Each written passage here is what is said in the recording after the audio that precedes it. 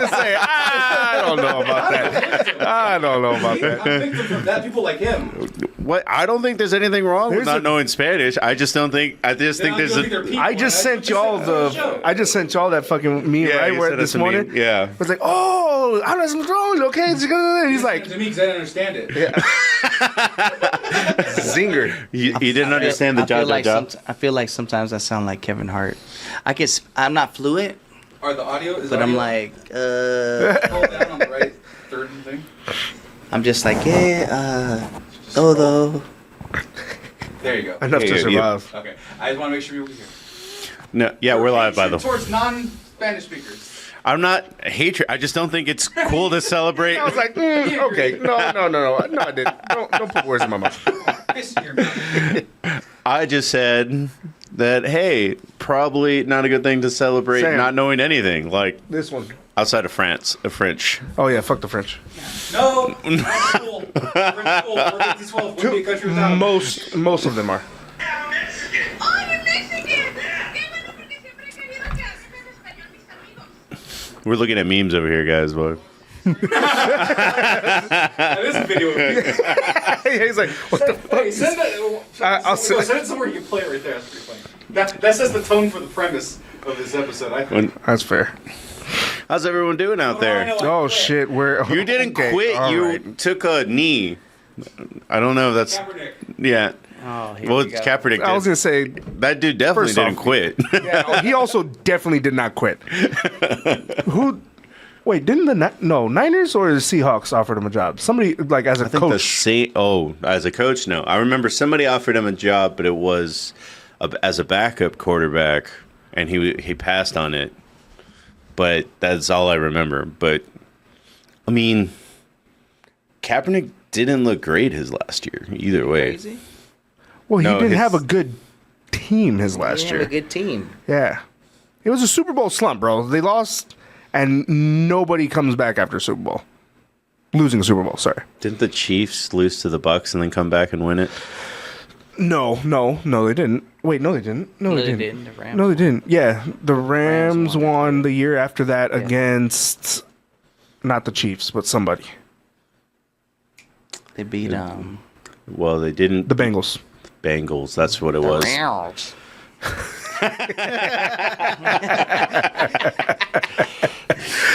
Well, they didn't come back, so you're right about that one. So, boom. Bengals will never be in that spotlight again. Dog.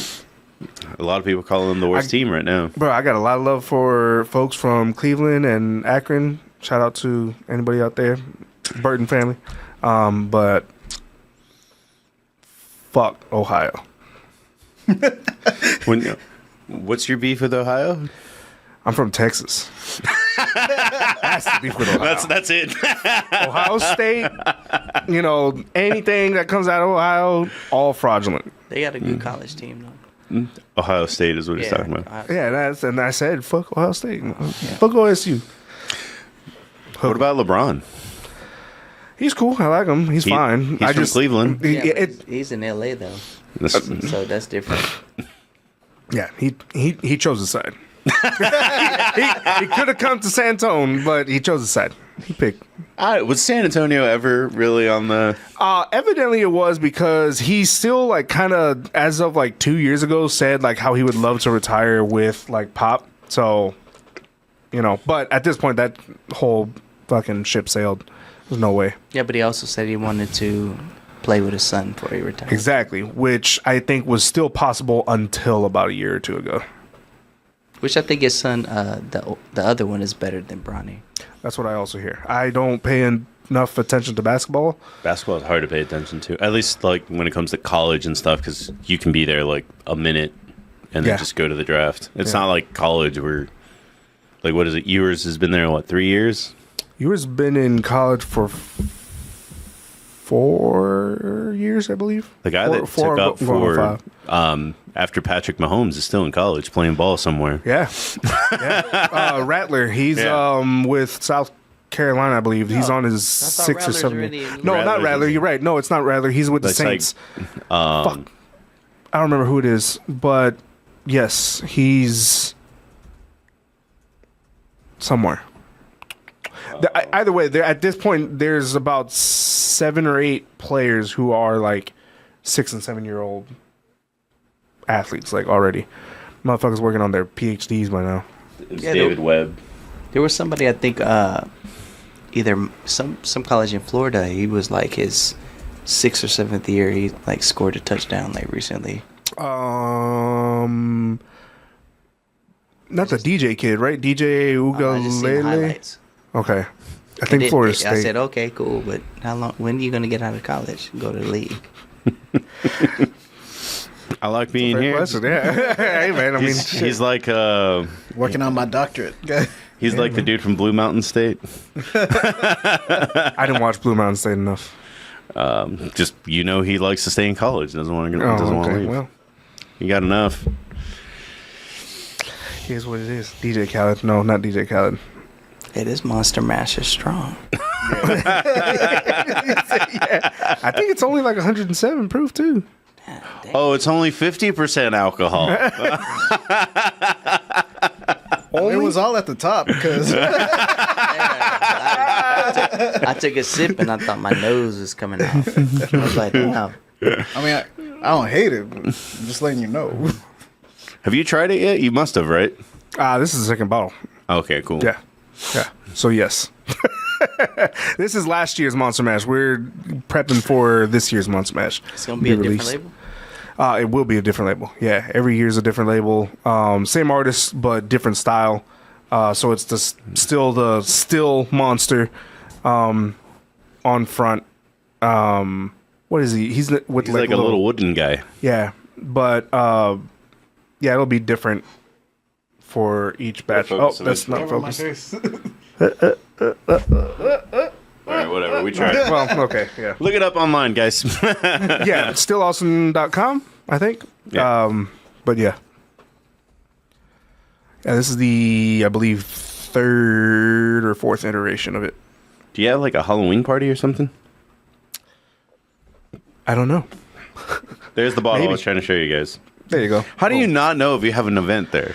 It's his I was gonna say this is like my first like real year like in the in the muck of it. Last year was just kind of like sliding through, coasting through. But yeah, no, we're here doing the deed. Well, I thought I'd start off with a fun topic that we started with the sports show, and then it's about Mexican heritage, so it goes through because we're going through the national boxing holiday of Mexican Independence Day. Yeah. And Dana decided to take it on. Oh, I remember this. Oh, okay, wait. Maybe I'm not familiar with this. What's going on? So Canelo is boxing this weekend. Yes. Oh. And UFC yes. is also... That flashy kid. Yeah. Again, Marab versus... Lengua, right? Yeah. So it's Canelo, so it's traditional Mexicans with a rivalry with Puerto Ricans versus Dana White trying to do everything that he can with the spectacle that is the UFC. That's right. It's even in the dome. Mm-hmm. Well, and then I heard Oscar, but Oscar, I don't know if we claim it anymore, but I don't know. But he's choosing to show up for Noche de UFC instead of Canelo's fight, which I mean, he has that beef. Yeah, I was gonna say we know that they got that beef. So and that guy does the same thing that Deion Sanders' son does. He copied him. He's been doing this. What is this? What's showing that? his watch? Oh, Benalengua does that? Yeah, he did it. I think the last press conference. Oh shit! Hey man, I still like Sanders and his family. Man, I don't give a fuck whether. Well, I do care, but I don't give a fuck if they're like good or not. In the end, I just care that they're like doing what they're doing, man. They're still a fucking. I mean, in the end, also, I don't care what anybody says. It takes minimum like 3-4 years to really build up a culture and build shit out of there. Like, you're just revamping the whole fucking college team. And he did that with the other college, and they made it to the championship, still lost. Yeah, you know. Well, the issue when people were making fun of Deion, I don't think it's fully justified, but they only ran the ball like 5 times last game, that Nebraska game. and he doesn't recruit out of high schools. Everything he does is through the portal.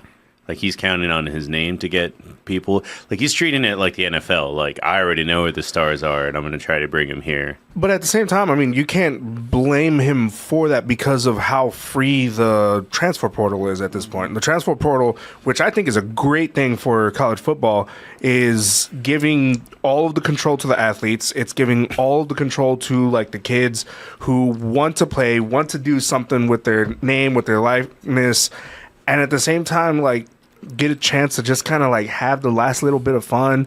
You're still going to get your degree one way or another, and then out of that, hopefully build enough maturity to say, like, hey, maybe sports down the line is not for me, and maybe I need to go coaching, or maybe I just need to go with my degree or whatever. Mm-hmm. But I mean, I think it's fine, like totally fine, just pulling from other schools where they have like a second string or like a guy who's fighting for a starter position. He ain't pulling second string. Well, no, but like, you know, a second string at Bama is gonna fucking wreck anybody in the Pac-10. Like, come on, you know, that's the reality of it. Especially if it's like a freshman, you know, second stringer who's like a guaranteed starter the following year, but he wants like a guaranteed now. Like Manning. Yeah, who's going to be on the bench all year. Yeah, I mean, unless probably you're blowing somebody out by 40. Exactly, but I mean, they probably will this weekend. Who did they play? UTSA. Colorado State. Oh, UTSA. No, Colorado State was first game. Sorry, I'm actually looking at their schedule, and I don't know why I said that. I forgot who the fuck. Well, Michigan. UTSA. That's right. We beat Michigan's ass. Fuck Michigan too. Well, that's a different team. You can't compare that team to the national champions. Oh no, 100%. Yeah, no. That offensive line only took like 65 snaps. Yeah, well, bro, that whole Michigan team lost like their head coach, their starting quarterback, I think like half their defense, and then a majority O-line. I totally understood, and I knew we were going to win that game. I don't think it was going to ever be close. I also knew that it was not the same team. So I think it was more like respect to Michigan that they were ranked so high at number 10 than it was anything else. But yeah, no, it was not the national team. I think that Texas is going to have problems with Oklahoma and Georgia, especially Georgia. Georgia seems to be like on the move like the past 3 years. Bro, Georgia's got the highest invested NIL of any team, and it's like not even close between number 1 and 2, and number 2 was Texas. Or no, I'm sorry, A&M. Number 2 was A&M. And A&M's pretty bad. A&M sucks, but also nobody wants to actually be in A&M. Like College Station. That's true. Yeah. College Station and Lubbock are like 1 and 2. Like, I've known several people that had to go to A&M after being in UT, and they're like, "This fucking blows." First of all, yeah, I know. Yeah, well, College Station isn't that bad in the sense that you can go party in Dallas. Like, don't compare them to Lubbock, where it's just kind of like you're here and you're here forever, like Mr. Burns. I was talking about Seabass, who does not party. But on the note of party here in UT, he was just talking about like, man, maybe a bad example. Was he at A&M his first year? No, his first year was UT. Oh, okay. And then I think he had to finish up his master's at A&M for whatever reason. I don't know if A&M had a better program or something with his tuition at UT didn't go through, so he had to like go to A&M. But yeah, he finished off his master's in A&M. And he hated it. Well, there's some element about A&M that if you don't go as a freshman, you never got brainwashed into loving it. That's probably it. He didn't get the brainworm. Bro, they all like just accept that it's just a fucking cold out there. Why Texas State? Texas State's wild. They just party there. I don't fuck with Texas State. I don't understand. I understand the what? Not the what the gang fuck? sign for them. No, this one. Yeah. And Yeah. like, so. Wait, it's the state of Texas. No, it's like state this. Yeah, it's the state of Texas, and then they do this. Yeah. It's like eat 'em up. Yeah, eat 'em up cats, and then they have like well, this. this is not eat 'em up. Yeah, it's like tear a 'em up. Hey man, I got my bachelor's over there. I'm not claiming that shit in any capacity. But you don't want to claim being a bobcat? No, man. What are we doing here? Like, literally the only fucking like respect I give to Texas State is that like they have a really good education program, and then like LBJ came out of there. Like that's it. Oh, I didn't know LBJ came out of there. Yeah, it's the only school in the state of Texas that produced a future president. Even though we have a whole bunch of presidents that came from Texas. Yeah, well, they all went to the place with the skull and shit, Yeah, right? Harvard. Crossbone. Or the Skull and Bones. Skull and Bones. There you go. Yeah, yeah. And then you eat them up. Boom. Yeah. There you go. Yeah. I put 2 and 2 together. Yeah, there you go, man. Fuck yeah. So, I mean, what is your opinion just on, there is nobody at the UFC that's Mexican and at the top of the card right now, right? Like, in general, like, if you could make a dream card. Alexa Grasso. Well, she's there, yeah. She's the champion. But she's Mexican. Yeah, but she's the co-main event. That's what I meant. Oh, yeah. Bro, honestly, like, it's hard to put, like, I guess, like, a dream card together just because right now, besides, like, maybe Yair, there wasn't and there isn't really any, like, super big, like, name Mexicanos. I mean, yeah, we've got just like folks like he missed it by a year when we had 3 Mexican champions last year. Oh yeah, 100%. Last year it should have been last year. Like it was 3 Mexican champions, Grasso, Yair, and then the little dude. ¿Cómo se llama? Moreno. Yeah. But man, yeah, I mean Moreno's past it. He's like 2-fight losing streak. He's out. He's done. Yeah. Yair's I think it's like 3-fight winning streak or losing streak now. He's like that's it. He's done. Grasso's the only one, and then sucks for Yair because he had like such a cool thing where it's like I go to the mountains and train in an Aztec temple. Yeah, this motherfucker trains in the fucking like altitude higher than fucking Mile High, and like does all of that, and yeah, I mean he's just conditioned compared to like just brutal strength, man. It's like the Black Panther. Yeah, I mean you're in the mountains. Yeah, man, for real. Training in the cold, in the oceans, fighting. Trains at an fuck. We see if I can get it. Yair has been training at an ancient Aztec temple over 10,000 feet above sea level. Yeah, it's a Mortal Kombat stage, bro.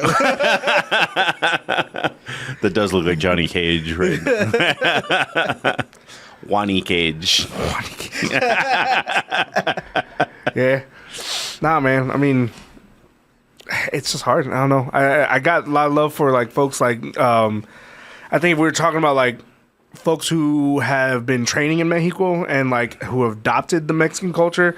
Diego Lopez is great, or Diego Lopes or however he does it by Brazilian pronunciation. He's a great guy who I think is going to be up for a title shot pretty soon. Oh wow, that's not what I thought he would look like. No, yeah, he's mean. That dude is mean. It's like he was raised in jiu-jitsu until like 13, 14, moved to Mexico strictly for MMA, trained in Mexico for MMA, learned Mexican wrestling and boxing, and then he's just like, that's it. Like that, he's just lived in Mexico the rest of his life. And then Michael Lopez, I think, the Colombian who's moved and lived and trained out of Mexico now, who I think he will also eventually pretty soon get a title fight. I think he just fought maybe about 2 weeks ago, something like that. But I mean, yeah, man, aside from folks like that, there's no real big like Mexican MMA fighters right now that like really grab the attention. I don't know. That's what I thought. Like it's kind of a weird thing. I heard they had problems selling out the arena. I actually looked up the tickets. Yeah, bro, 50% off of everything, and it's still like $1,500 minimum for like nosebleeds. It's ridiculous. I saw some tickets for $500, but I don't want to go. So you don't want to see the Eye of Sauron up close? I bet it's gonna be beautiful. I bet it's gonna be like super fun and like badass. But dog, you've got to be fucking shitting me. Like when I was looking up tickets a year ago when this shit was announced, it was like 3,000 no bleed. I was Jesus. like, yeah, no, it was wild. And then, yeah, about maybe 2-3 weeks ago, it was about 50% off of the nosebleeds. But fucking man, 1,500. But like, okay, now I see the where they walk out of, because like I said, it's a dome. So this is the ring, and this is the alleyway that they walk into. I didn't know it worked like that. Yeah. That is not a good seat. That's gonna be wild. 677 though. How many bottles of whiskey we need to sell? Quite a bit. I got a couple that could get 2 tickets worth of that. Yeah, that's about the cheapest one. I think I'd rather buy a PlayStation, bro. You don't want to see like 2 little UFC fighters from No way. I guarantee they'll put it on the main stage or like the fucking dome. the dome behind them, like right there. Yeah. That's gonna be wild, man. I don't know. It's gonna be interesting. I'm interested in the fights, but yeah. How much do you think these seats cost over here? Like you can actually see the cage. 10K, probably. Let's find out. I bet one's for sale. Oh, 5K. Ooh. Oh, bro. What? 5? Dog. No. What No. the fuck are we doing? Hell no. You know what's funny is the people that buy these tickets over here, because UFC will probably start at like 4 o'clock or something like that. They don't show up till 11 o'clock. Hell I no. mean, that's how they do in concerts here in Austin. Yeah. They're like, we're just gonna see the headliner. Yeah. We'll show up 10 minutes before they go on. I have an issue with we did a music podcast for a little bit. It was on Patreon. Our Patreon is shut down right now, but because that was the only way that we could talk about it and not get copyright strike. We had it on our secret channel, but one of the topics was going to be like, is it your fault the concert's bad? Like in the sense that sometimes the crowd just sucks and you're part of that energy kind of deal. Yeah. I mean, I think we also kind of touched on it when Homeboy had that like trip out on, I think. In San Antonio? Yeah, for Selena's brother? I forgot his name. right? It was his brother, right? Yeah, it was her brother. Yeah, where he like tripped out and it was like, who knows? Yeah. You know, and you never know, like, really, is it like he had like a situation going on, or was it that, you know, This was wild. yeah, the fucking Or you crowd drank too just, much. yeah. Who knows? I don't know. Again, crowd just kind of ambiance. It just can affect a whole bunch of shit sometimes. I don't know. I mean, if you're an artist, I did ask a friend about it, but it must suck to see like the people that are Instagramming and just on their phone the entire fucking time. Yeah, that is true. I'm gonna go ahead and And the hit the ones that intro throw now. batteries. That's awesome. What the fuck? Like 2 years ago, people were, well, I mean, they're still throwing shit at them, but like, they were throwing shit to, like, yes, hurt them. like oh man, who is this? Still Drake who's getting like bras thrown at him? Probably not. Okay, maybe not Not this anymore. year. Yeah, Maybe not anymore. I don't think Drake goes out in public anymore. That's also He true. still does. Yeah, only in Toronto, like fucking city limits. But yeah. No, no. Wait a second. That piece of shit bought land out of Houston. Yeah, he fuck lives in that Houston dude. now. Fuck that. Get the fuck out of here. I was People about need to to say, like, I'm pretty sure he's gonna move after. Man, motherfuckers like that need to get the fuck out of here. Probably bought like 200 acres too. Oh, it was. Yeah, it's got to be like a shitload of fucking land. Yeah, I mean,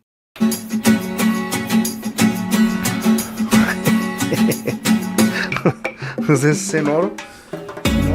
I hope Kendrick has one more diss track. Más o menos.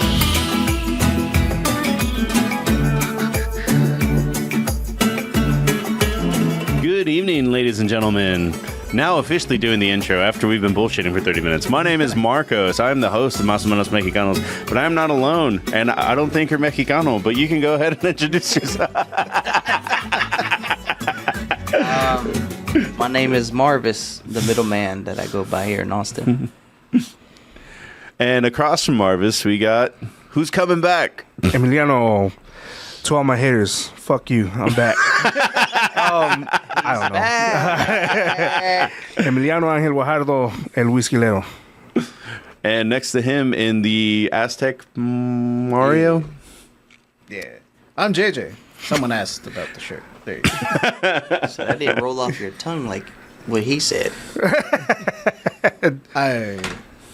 I was born on this side of the board. Gotcha. I was too. I was born on this side of the border. Will you introduce yourself? That's All right, fine. Soy Jesús José Morales Martínez. Now we starting. Bienvenidos, amigos. This podcast this is the in más, Spanish? that's the menos. Right there. Like, when we say más o menos mexicanos, this is the más, this is the menos. Hey, listen, my mom's from Panama, so That's what I'm saying, man. It's we Latinidad, bro. Hey. Latinidad. Yeah, you know, we're accepting you, brother. We're all love. It's all love. It's all Well, on the note of that, I mean, what's something cool about Panama that we should know? Because I don't know. I can only name probably 2 facts about Panama. The canal. I haven't been since I was 16, though. So I mean, it could be anything. Could be like who's on their money, like anything. I don't even remember that. What's funny is I don't really know who's on the Mexican money either. It on the pesos. changes every 2 years, if I'm not mistaken. Well, that's probably why he doesn't know. I will say their Panama, like their gold, is really unique. Like this is like 2-toned.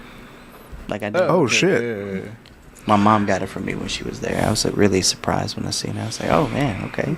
I typed Panama gold, and then like their gold medals from the Olympics just came out. Yeah, their jewelry from Panama is really different. I know that. You know, and there's a lot of darker Panamanians. That's a fun fact. My dad's like, man, they as dark as me. My dad's dark. Man. That's weird because at my old job, my boss, my direct supervisor was Panamanian. Whitest dude I'd ever Yeah, seen. that too. That's another fun fact. White as day. And They only come in 2 flavors, bro. And me being dumb as a child, I'm like, hey, how you doing, sir? And they're like, ¿Cómo estás? No inglés. And I'm like, all right, let me sit my ass back over here. Is They're like a pack of dueling. Just is Panama pupusa country or taco country? Tamales Tamales. or arroz con pollo. Ah, okay. Okay. Fuck yeah. Hey man, that's cool. Yeah. I put my mom against anybody that does arroz con pollo, and I will tell you, she never burns the rice in any pan. I can't do it. I be burning this shit up. my mom, I love her, and she can cook a couple of dishes all right, but she fucks up a lot too. That one on the left, it's traditional. Yeah. This one? Yeah. All right. How many people getting tamales with that leaf? Oh, banana leaf. Fuck yeah. Yeah. Respect. I used to use this little machine when I was younger. I remember my grandma would be like, "Just keep hazlo más." For like 4 hours. My arm hurts. My mom would just be like, "Do it." I feel like that's also more like indigenous style too, tamales, because the Veracruzanos, where my wife's family is like originally from, it's just like all fucking banana leaf. Oh, you mean this machine? Yeah. That's it. Yeah. Spend hours doing that, guys. You hate life as a kid. Wow. I mean, I've done that dance. Well, it's traditional for Christmas, right? To make the tamales. That's when I usually do it. Yeah. But I've never made probably great tamales. Like I always overdo the masa. Mine are always lopsided. Mine get on the special bus. I forgot the technical term, but my grandma used to make like what is it? Like her own version of popsicles, but it'd be like in a like a plastic bag. It wouldn't. It's like coned out. Oh shit! Yeah. Selling, and she was selling. A. People would knock on her door in the morning, like, "Do you have this?" I forgot the technical name, other than them yelling "Gringo." Is the Gringo there? The child, which is me. But took me a while to learn that too. I said, "What's a Gringo?" Americano, baby. My dad's like, "It's you."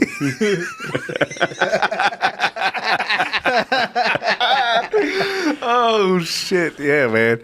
Anybody north of the Mexican border, gringo. Yeah. I mean, dude, I've seen people get it just for being close to the border. Like, if you're from Piedras. Yeah. Facts. No, so let me ask the question: Is this is gonna be real? I shouldn't say it, but I'm gonna ask. You can say it. Is Mexico like Sicario? The movie Sicario? Sicario is based in Mexico, but that is not how a daily life of Mexico is like. I don't want to go there. I was about to say, no, bro. Really, it's closer to Breaking Bad. As soon as you cross the border, there's a yellow filter that hits you. Like, okay. I was gonna say, what's actually kind of really funny is like by the time it hits American media, like it's kind of over. Like in the sense, like. I remember it was like 2010, 2011. People were super worried about Zetas, and I'm like, that's like 2005. You missed the first Zeta, like because it started with Zeta. Yeah. The fall chapter. Because it started with Zetas, and then another group would come out that would be like the Mata Zetas, the Mata Zeta, and then it was just kind of like it's been going back and forth. I would the new one, the Cartel de Jalisco Nueva Generación. I think that's the new one. And then I will say that there's also another element where it's not as bad. If you go to the wrong place, it could be bad. I mean, I have had elements because where I went when I grew up, when I went to high school, was like it's definitely set the territory. There was not a lot of fighting unless you crossed them because there was no rival cartels. If you were in Laredo, that's where two of the rival cartels met, and there was fighting all the time. That was not the case in my hometown in Eagle Pass, Piedras Negras. But there was a time where they showed up to a restaurant I was eating at. I mean, there's only like 3 great restaurants in Piedras, and they showed up and they just said, everybody put your head on the table, put your cell phones in this bag, and then they put like $200 on every table, and it was just like, you're not getting your cell phones back, but I'm pretty sure you got enough money to buy a new one. Interesting. That's wild. And I don't know what it did. I don't know who was there. They all met in like the fancy back room like you would like imagine, and yeah. Interesting. That's wild. Yeah. The only instance of like, I think I've told the story before on here, but we were at my wife's like Puebla down in Puebla down in Mexico, and this is 2 years ago, and drunk driver like just slams into her cousin's parked like little mobile van that she uses to sell food out of, and people call the cops, whatever. Well, not the cops show up first, but like the fucking local kind of like patrol. And they just like pull the dude out, like hold him gunpoint, strip him naked, and like just beat his ass with like a fucking 2x4. His mom comes from like around the corner where he was driving to or whatever. She's like, no, well, we'll pay for everything, blah, blah. And they were like, well, this dude fucking like did this. Like, what the fuck? What are you all gonna give to this family for fucking up their livelihood? Yeah. And so he like was forced to pay for everything. I think forced to leave the town and whatnot. And then of course, like stereotypical police, 2 hours later they show up to like take the report and everything. I mean, the funny thing is I wouldn't hold that against Mexico. That'll happen here in Austin if you call the cops 100%. Yeah, no, I mean, again, we've brought this up before. I mean, for me, the respect that I give to these like peoples who are just kind of like left over from like that kind of era is more so because at this point they're just like literally just for neighborhood patrol. Like it's like, don't come into the town if you're gonna come and try to do stupid shit. And in all honesty, it's like it's kind of like every fucking main city anywhere else in the world. You're gonna find what you want if you're looking for stupid shit. Yeah. I mean, yeah, bad shit happens, unfortunately, also, but it's easier to find bad shit if you're looking for it. So, yeah. As far as I know, the government and the cartels are actually pretty good about keeping the touristy areas. If you walk far enough on one of those beaches in San Luis Potosí, you'll find a literal tank because it's like, this is the edge of the resort. Nobody should go past this kind of thing. The other way should come in. But I mean, I've also heard good stories from tourists that it's just like, oh, I just backpacked through Mexico and it was fine. Henry Rollins is a world traveler, and he said there's only 2 places in the entire world that I've ever been that have scared me. One of them is North Korea, because they that one makes sense. Yeah. And the other one is Detroit. Like everywhere else in the United States I've been, and nothing scary was scary about the neighborhood. He grew up in the 80s in D.C. when it was really bad, like the height of the AIDS and crack epidemic kind of thing. Interesting. Well, any other Mexican questions? Who's your favorite Panamanian? Your mom? Again, what the fuck is his name? The linebacker from the... Fred Warner? Warner! Fucking... There's a famous boxer from Panama, too. Yeah, Robert Duran, right? Yep. Sweet, I got it right. Yeah, Duran? Okay. Yeah. I don't know him. I'm also just not big into boxing. So I know he had a Mexican movie made boxing. out of him. If you want, like, Yeah, clothing line too. Like they've been recently doing like boxer clothing line. What? Interesting. Huh. Fuck so yeah. he is a guy kind of like Julio Cesar Chavez. He didn't know how to do anything but fight, so he just kept fighting. Like I think he started at like flyweight and went all the way to heavyweight by the time he retired. Get the fuck out. Yeah. What the fuck? Yeah. By the way, like he stopped fighting in like 2002. Like he like Holy shit. So this is like relatively recent. yeah. Wow. And he only stopped fighting because he got in a car accident. Damn. I don't know if any of that is in the movie. The movie is more about his rivalry with, I think, Bernard I Hopkins. wouldn't be surprised if it's in the movie. Interesting. Huh. Yeah. I did not know about this. He's called like Stone Hands. Don't know. Yeah. I just know Fred Warner. Oh. I knew Fred Warner, and then, fuck, I want to say there's somebody else, but yeah, I'm not sure. I think there's some Panamanian MLB players that are really known. That's right. Man, fucking baseball goes all through Latino America, though. Yeah. I was about to say, like, Crazy. yeah, Panamanian. Like, baseball is one of those things where it's just like, I should probably pay more attention to it when it comes to the culture, but Panamanians and Dominicans got that one down. Yeah, where my grandma lives in Chiriquí, there's a baseball field, and it's like well known that it's just very throwback, nostalgic. I remember like my grandma would say, "Yeah, like all these players come here and they train on this." I'm like, "And your name, Rand, is bullshit." Well, Emiliano, we have a special question for you, straight from our editor. Uh-oh. Why does Hispanic Heritage Month start on September 15th? Oh, Jesus Christ. So for like... Please do answer. Yeah, so for like the 15th time, probably. No, but so unfortunately, it is mostly because the U.S. government doesn't give a shit about any of us and just thinks that we're all this kind of like homogenous group and we all just look the same. We just all speak Spanish and we just all like eat tacos and that's it.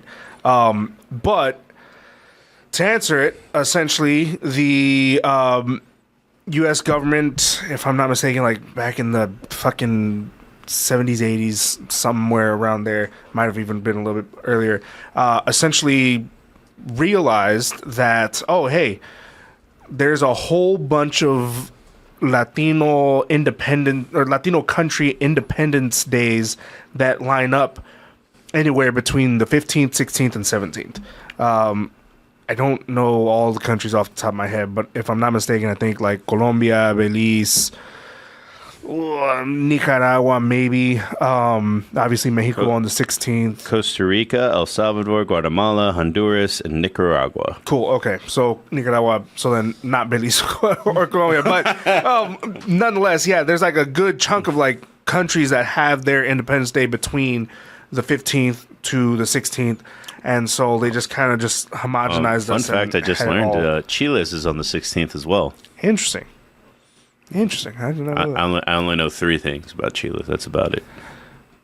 What's the other 2? They have a senator that likes to Naruto run whenever a bill gets passed. So that's not really anything, but just like one guy. Okay, what's the third thing?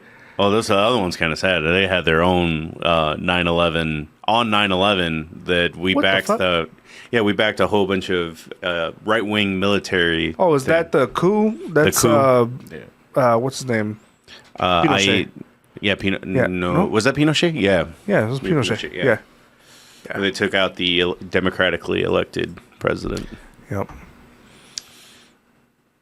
Back to Breaking Bad. Gus Fring. The character of Gus Fring, because What's his name? Exposito is not Chilean. Yeah, no, he's Espanol.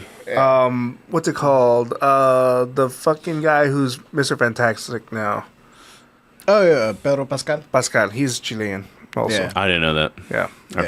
I keep saying wait, he's no. Guatemalan. No, he's Chilean. He's Chilean, okay. I But don't know why. he immigrated to his family moved to San Antonio when he was like 5 or something. Oh, that explains why he defended San Antonio tacos like that. Yeah. I mean, he was right. No, I'm just, Right, yeah, man. San Antonio's the best fucking tacos you can get from around town. I will say the only thing about that whole taco fight is that, like, I don't really know too much about. If somebody comes to Austin, like, hey man, I'd like to eat good Mexican food, and I'm like, I guess we're going to a taco truck. I can name one restaurant. That's about it. Which one? El Borrego de Oro. What about Amaya's? Amaya's? See, I hadn't thought about that one. The enchiladas are fire. This man knows. This man fucking knows. Not from Which here. Amaya? The one off 35. That doesn't help. Which the one up here, like north, or the one south? North. Okay, yeah. Like before. That's like what is it? Shit. Anderson Road. Where the right? Home Slice Pizza is at North. Oh, yeah. Right on there. Oh, this one's closed. This is the one that I try to. Done. The one I try to take my mom to. Yeah, So that it was What? closed. Yeah, it's closed, bro. What the fuck? Yeah. I was there like 3 weeks ago. There's no way you were there There's 3 no way weeks. you were 3 weeks ago. You must have went to what's that lady? No. I was there 3 weeks ago because I took my wife and dropped her off there because she was getting picked up by a friend to go to Aikens High School, which is right behind, because they were gonna do a department like education thing or something like that. Service in that one was terrible. That is The true. one up the 35. That is fucking wild. Yeah, I've actually been to that location like 6 separate times. I mean, I this year. literally took That is JJ 2 months wild. ago, and they had a sign on it that said, like, hey, bro, you just missed us. We closed 2 weeks ago. What? I guess maybe the sign's still there. I could have sworn I saw. was there. That is fucking wild. Yeah, no, when we went, because I was trying to take one of my friends to go eat someplace good, they were like, yeah, this is closed. I tried to take my mom. That's what it was, because my mom used to like the margaritas from Amaya's. What's the other Mexican place in that And that one? shopping center? Well, I hope you don't mean Gabriella's. Let me tell you about that. Trying to take my mom there, there was nobody in there. We waited 45 minutes to not be seated. We left. Went to Serrano's. Gabriella's. Oh, the other Mexican restaurant. It was right around. I think the Gabriella's that he's talking about has something like 2 stars or some shit like Bro, that Gabrielas is set like beautifully. Like it has a great setup. Read the reviews. The reviews are hilarious. Oh no. Sorry, I'm trying to make this small. That first one's Marvis. Nah, if you want good, like authentic Mexican style, like Mexican food, one of the spots that I always fucking recommend is Mi Tradicion. Where's that Bakery? at? The panaderia? Yeah. So the one that we like going to is in the William Cannon I-35 it's the one corner. we live by. Yeah. It's gonna be where that so Whataburger's on the corner and then Academy Yeah. like shopping centers in there, but it's like way in the back. What about off Riverside? I don't know the name. It's off Riverside, close to where the Yeti flagship is, but it's a small house, like on the corner. It's always packed. I went there. It was bomb with my sister. I don't think I've been there. Yeah, but I think I know what you're talking about. My cousin used to live on Riverside, like back when he first moved to Austin. So this is like 10 years ago. I don't think that was there. He's got his own private stream going. Streaming on the stream. We would always just get tacos from the taco truck that was like in front of the bingo hall, and they were bomb. They were pretty good. I think that one's gone. Yeah. The other one that my wife and I just went to is Jalisco's. Yep. Yeah, that's like somewhere hidden in like the William Cannon kind of neighborhood area. It is a weird turn. It's like, bro, it's like it's like in the middle of the neighborhood, like off the beaten path almost. And if you pull into the wrong like entrance, you go straight into the Jack in the Box, and you have to like pass the Jack in the Box just a little further. You have to get into the drive-thru. That's a thick boy. I fucked up. Yeah. But yeah, no. I actually took Sam to the Borrego de Oro because he hates Tex-Mex, as he's made clear several times. He just doesn't know good food. That's all it is. But I took him to there. I was also waiting for No, he's like watching the game somewhere. But I took him to that place, and then a Mexican kid ran past him, and and then he looked up, and all the chairs were plastic, and he's like, "I think this is going to be good." Yeah, fuck yeah, that's what it is. The other ones that are pretty solid are Casa Maria. That's like also kind of like in the boonies, like William Cannon, far southwest area, and then Have you ate at the super nice Mexican place? Because I had a friend that was a chef there, but I've never eaten. Which one? La Fonda de San Miguel? No. I was going to say, but Veracruzanas, or Veracruz. Which one? That one is, so the one that we went to is the Mueller location. Yeah. That one's, that one's Aviator Pizza, banging, bro. Oh, man. That's fucking Mexican food. My wife was like, there's no other spot that's better than this. Someone's telling me come off this stream. Like, let's go eat. Yeah, this is the La Fonda de San Miguel. Lord, look at that. Gotcha. Oh, But the plates are supposed to be like something like $50 each or something. So I mean, they're there. $50 each. What the fuck, bro? Does That's it not come- Mexican food. Does it come with Do I get to take the plate home? What's the? I've actually heard it's supposed to be good, but the one that the guys from South Park own. Casa Bonita. Yeah. They're doing a documentary about the reopening. I really want to watch it. They pay their staff like $30 an hour, and they were like, "This might not be enough." And I was like, Interesting. I don't know. "That's more than I make."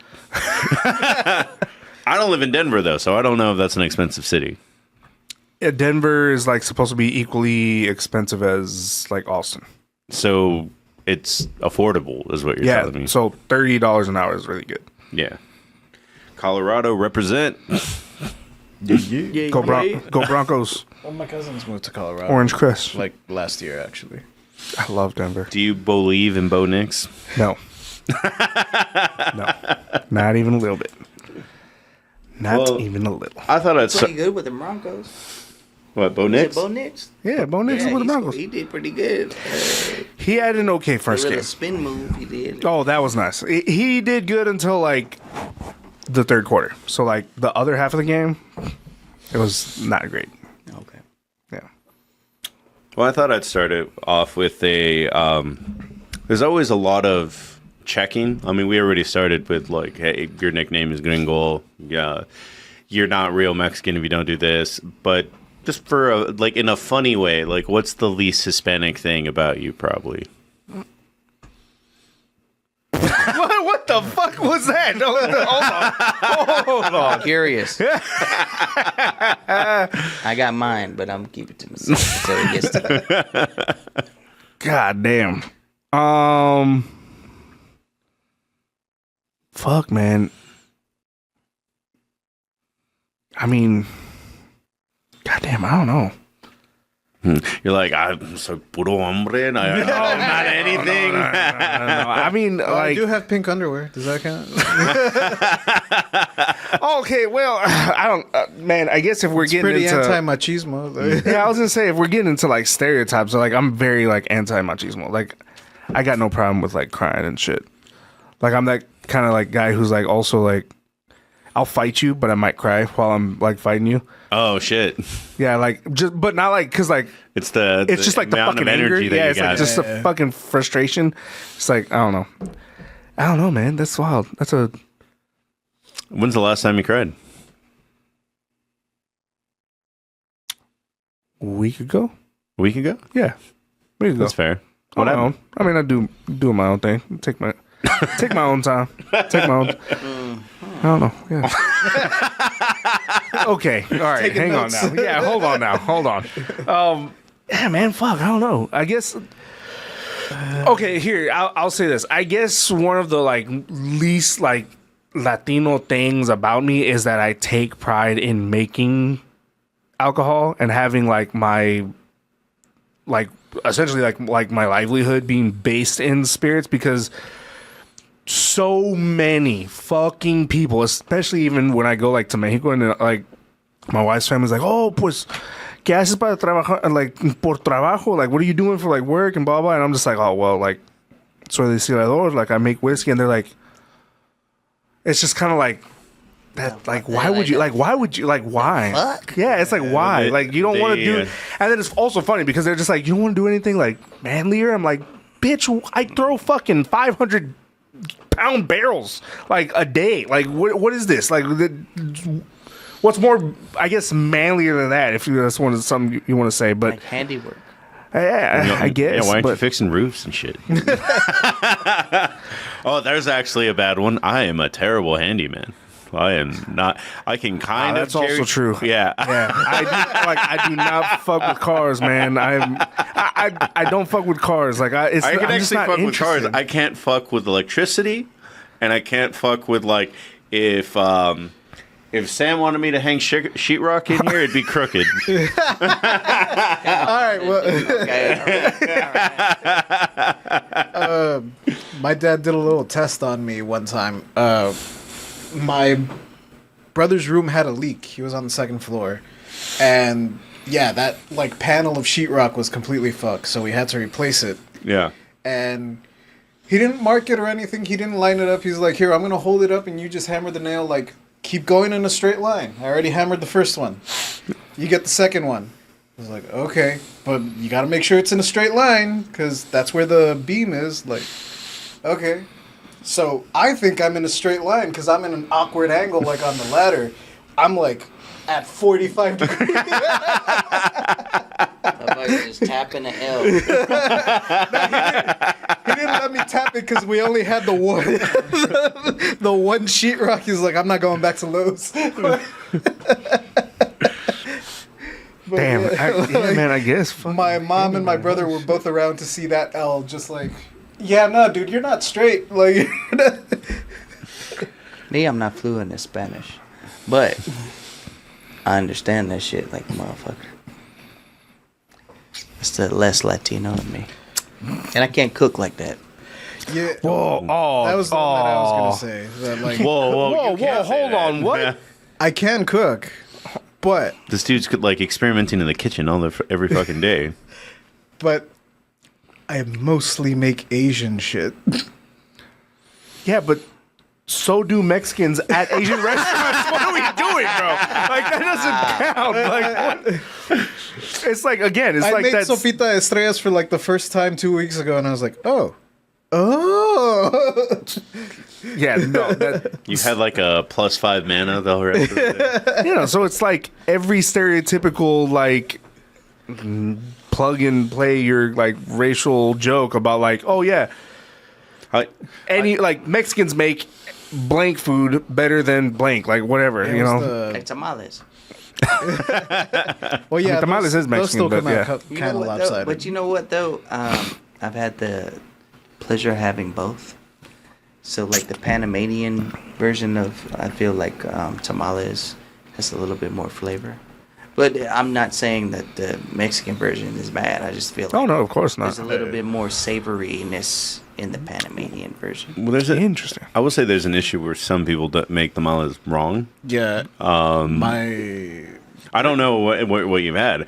But there's also an element whenever I try something that's very different that it's just like, well, this is just a different flavor, so I like it more kind of thing. Yeah. So I would, because I know the first time I had a pupusa, I was like, this is amazing. Like, why did nobody tell me you could just blow up the tortilla and put it inside? Like, put the fucking meat and food inside of the fucking pupusa, bro. Oh, man. Fuck me up some pupusas, bro. Yeah, but going back to the tamales, every Christmas, because my mom fucking hates making tamales.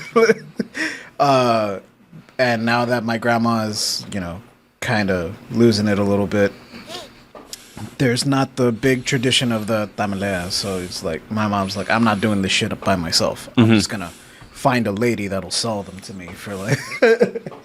So every Christmas, there's a hunt because... some people just fuck up the masa. Like, the masa has no flavor sometimes. And it's like, no, you got to season that shit. That shit's got to have flavor. Oh, man, my mom has always had that, like, look of shame because for some reason, I haven't bought tamales in 3 months. The last time I did, my mom showed up a week later and was just kind of like, H-E-B tamales, really? The only credit that I give to the H-E-B tamales is that it is actually, like, Mexican ladies in the back making them. Yeah. Look, they're not the best, but they'll do in a pinch. Yeah. Every single bite, you're like, that's an HEB one. The small, even the size, the packaging, you're like, you could put it against any other. Open up the package, you're like, oh, you got this HEB though. Yeah. These three. Take the Pepsi challenge with that shit.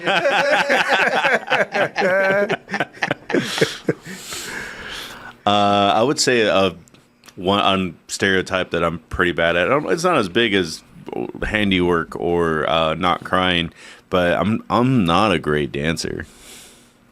Yeah, I suck at dancing. Interesting. Yeah. I was in ballet folklorico. Of course you were. I wanted to be a matachín, but my parents never let me for some reason. Yeah, I wanted to do the traditional Panama dance, but my mom was like, "You're too much into girls and sports, so we're gonna pull you away." Cut sling load. They're like, "This isn't for you." Interesting. Yeah. That's wild. Yeah, no. I can do merengue all day. My sister's taking salsa classes right now. Salsa, you might as well kill me. don't ask me in the Spanish club. What's funny, and I know part of it is because he was a beautiful man. Oh, first time chatter. What up, Mr. Bob? Mr. Bob Dabalina. Dobalina. Well, I know there's an issue, or not an issue, but a factor is that he was a beautiful man, but like Double Toasted hosted an event once where they were like, oh, let's all go salsa dancing. And so it was a whole bunch of nerds, so only one guy could dance. And it was that guy, and he was a good-looking dude. But it was like he danced with like 20 girls that night. Like, it is a good skill to have, and I didn't put any points in that skill tree. I don't need to feel the need to touch my neck that many times.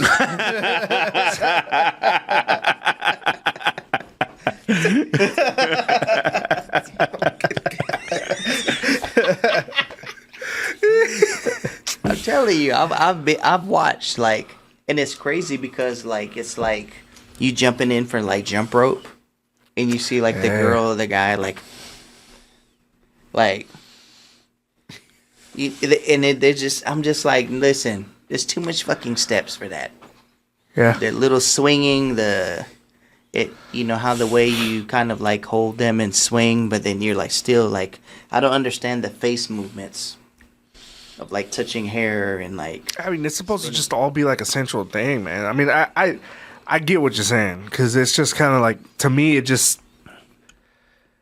seems like, I don't know how to just, it just seems like a tease. Like, you're just doing like a whole tease kind of dance that's like, all right, let's just, in all honesty, like, just take it to the bedroom kind of thing. Yeah. Like, but that's like the whole. That's like Same the thing reality. with bachata. When I first seen bachata, I was like, look. See? Yeah, Look. damn, god damn, bro. Holy shit. The same thing he just said. The whole thing is like right there. Oh, shit. Man, no, yeah, 100%. You have to have a certain swagger to do that. And what I say is, bro. probably the guy that you knew, right? Yeah. He was swagging as he was rotating. And, Oh, for sure. And everybody else was just like, you motherfucker. You didn't even introduce us to that one. Yeah. And it's the same thing with bachata. When I was deployed in Iraq my first time, and I never been around bachata like that, I was fucking... Look. Hijo. One neck touch. Yep, 2. Let's see. How many? 3. 3, yeah. Oh, and with the And the video. transition. Yeah, get the fuck out of here. What are we doing? Bachata is weird too. Like you gotta like the step movements is not that bad, but it's like you always get that one person that's like, you know what? I know this shit, so I'm about to fuck everybody up in here, Yeah. and it makes you not want to do it. Well, and then bachata has like the extra twang of, I think, being also of Afro descent. Mm-hmm. So you're doing like the whole Afro kind of descent influence onto like very fast ballroom dance, and then just like the fucking footwork. I never understood the jab step. Like, what does the jab step have to do with bachata? Like, you're jabbing, and then it's like jab, but you pull them close, or you can jab and like keep them far.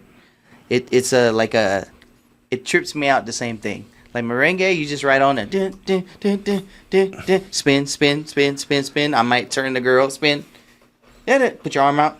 Hit it. You know what I'm saying? But like bachata is like 1, 2, 3, boom, and you might have to like 1, 2, 3 and back up, dip. Fuck it, done. It's too many options, bro. Too many plays. Too many options. Let me see if I can. Because I am ignorant as fuck. To me, it's all the same. Look, this might actually be hotter. Watch. See, look at the jab step. She's just see the body rolls. They said no, that's bad. X. It's like you're humping a dog leg.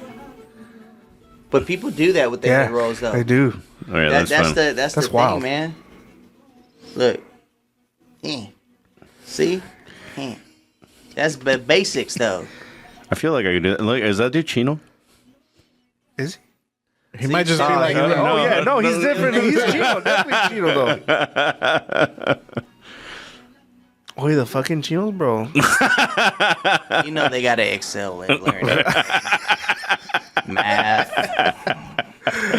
driving. Apply themselves, though. That's all it is. See, look at this one. Look. Chingado madre.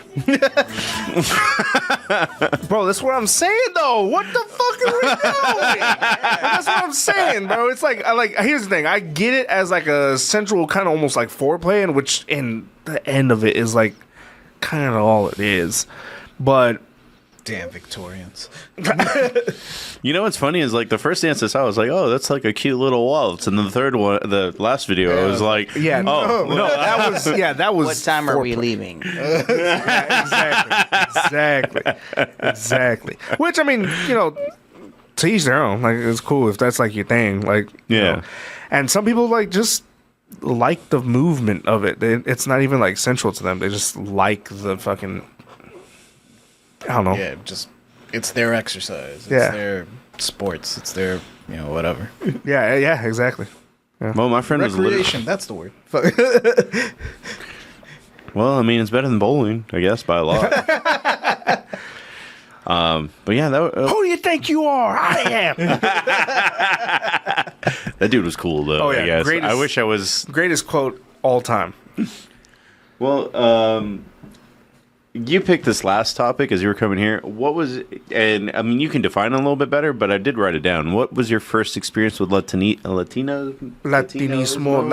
or like Latinidad? So it was like, in the end, like, what I was thinking about when coming up with this concept of this question was like, what was your first like realization that you're just like not just Mexican, and like that the greater kind of society that we live in. Oh, see, I feel like that's actually, I get what you're asking, but I feel like it's the opposite. I didn't recognize that I was Hispanic or Latino until I met white people. Well, but that's part of it. Nah, man, but that's part of it. It's like what at what point like did you taco night? No, this is all wrong.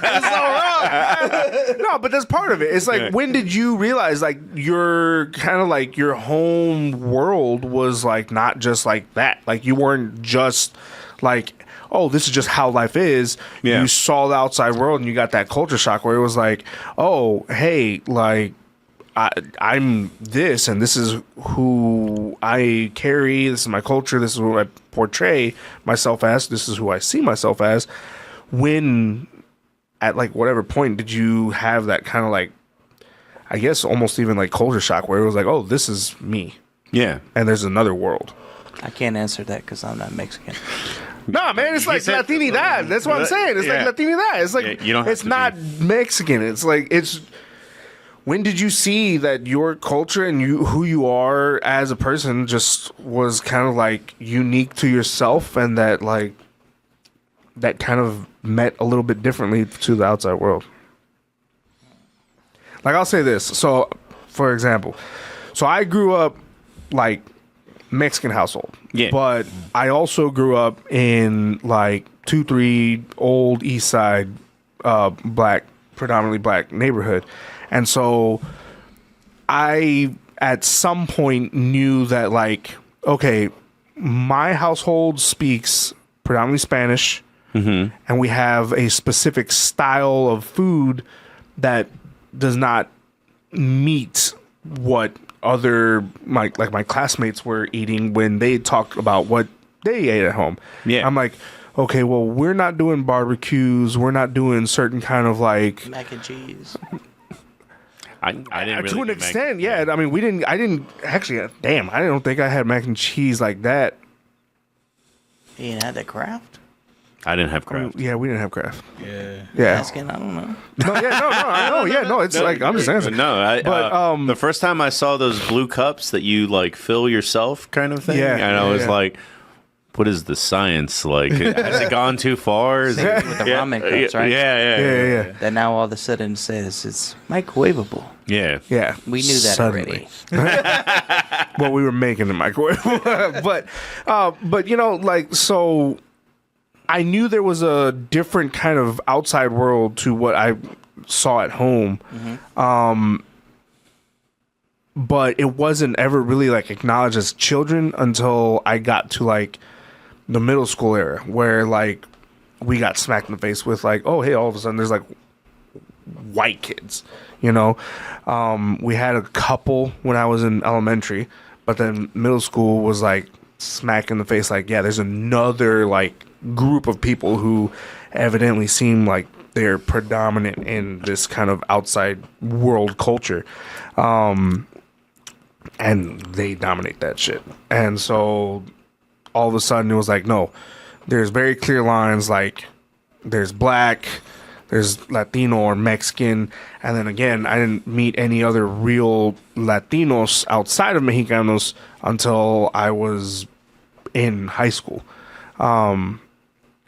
But yeah, I mean, I realized that I was like different, kind of like than my black peers, but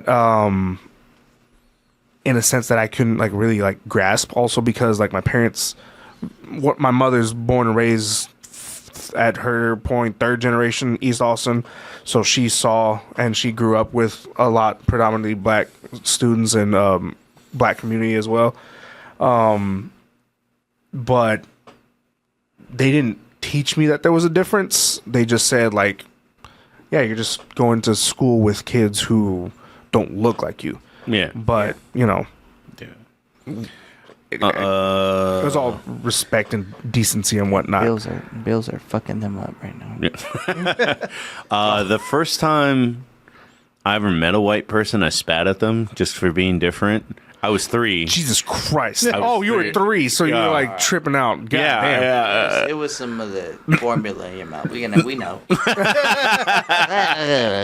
Shit's gross.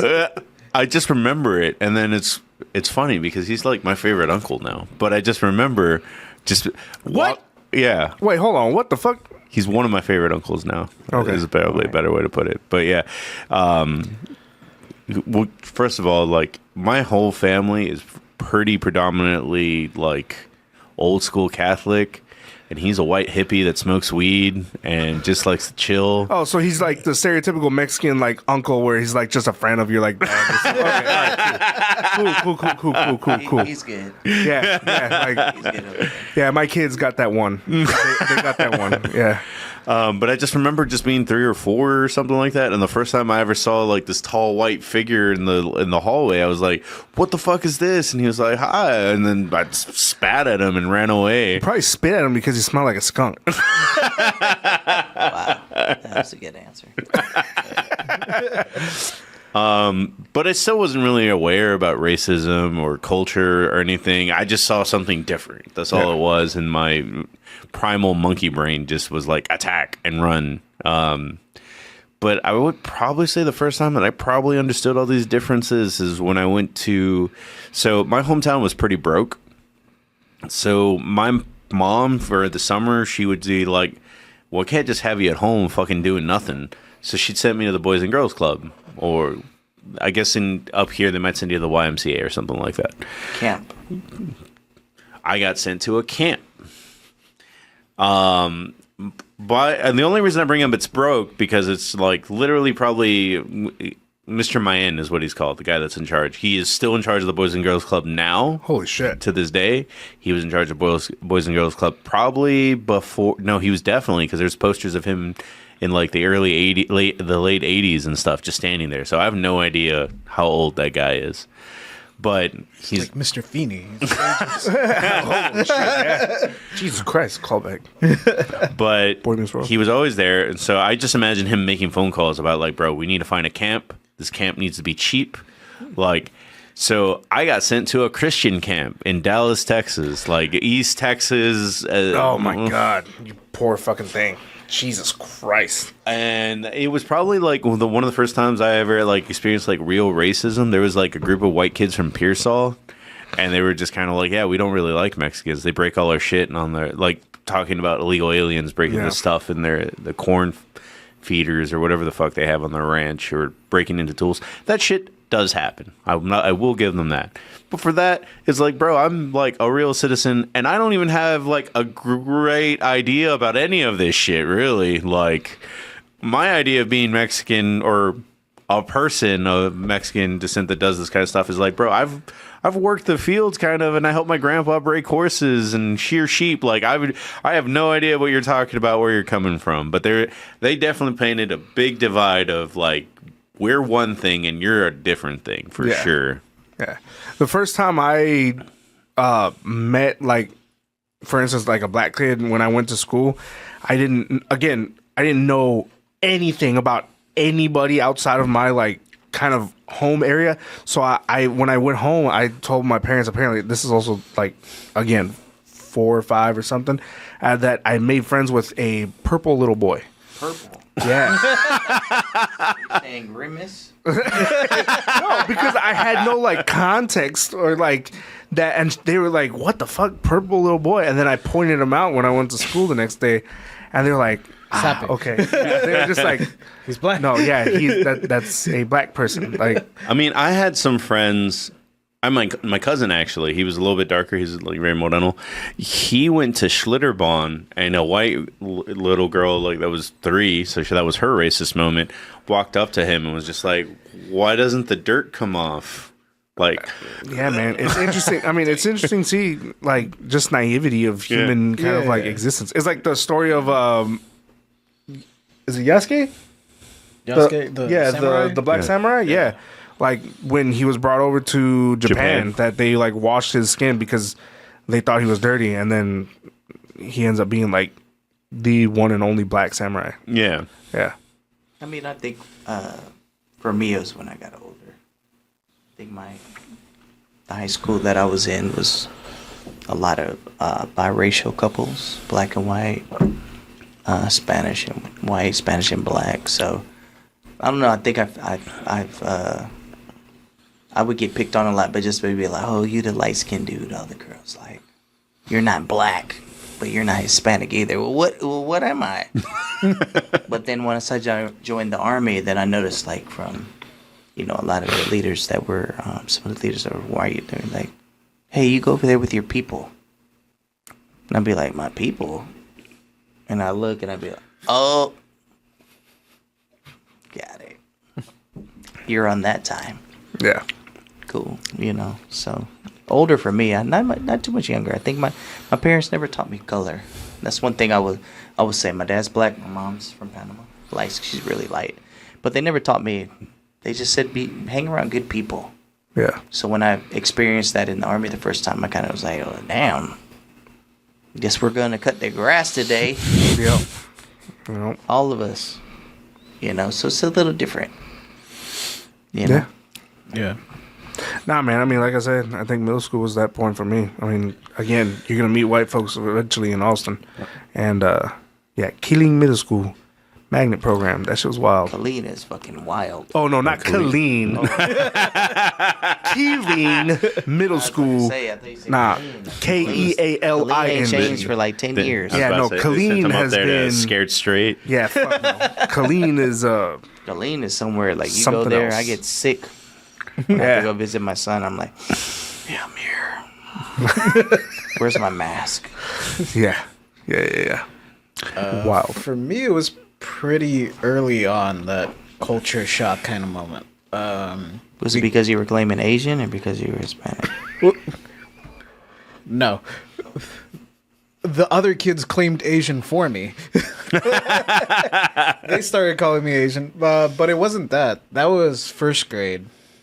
And that was their sort of racist moment where they were like picking on me because I looked Asian, even though, as far as I know, I mean, I haven't done a 23andMe, but there could be some in there. I don't fucking know.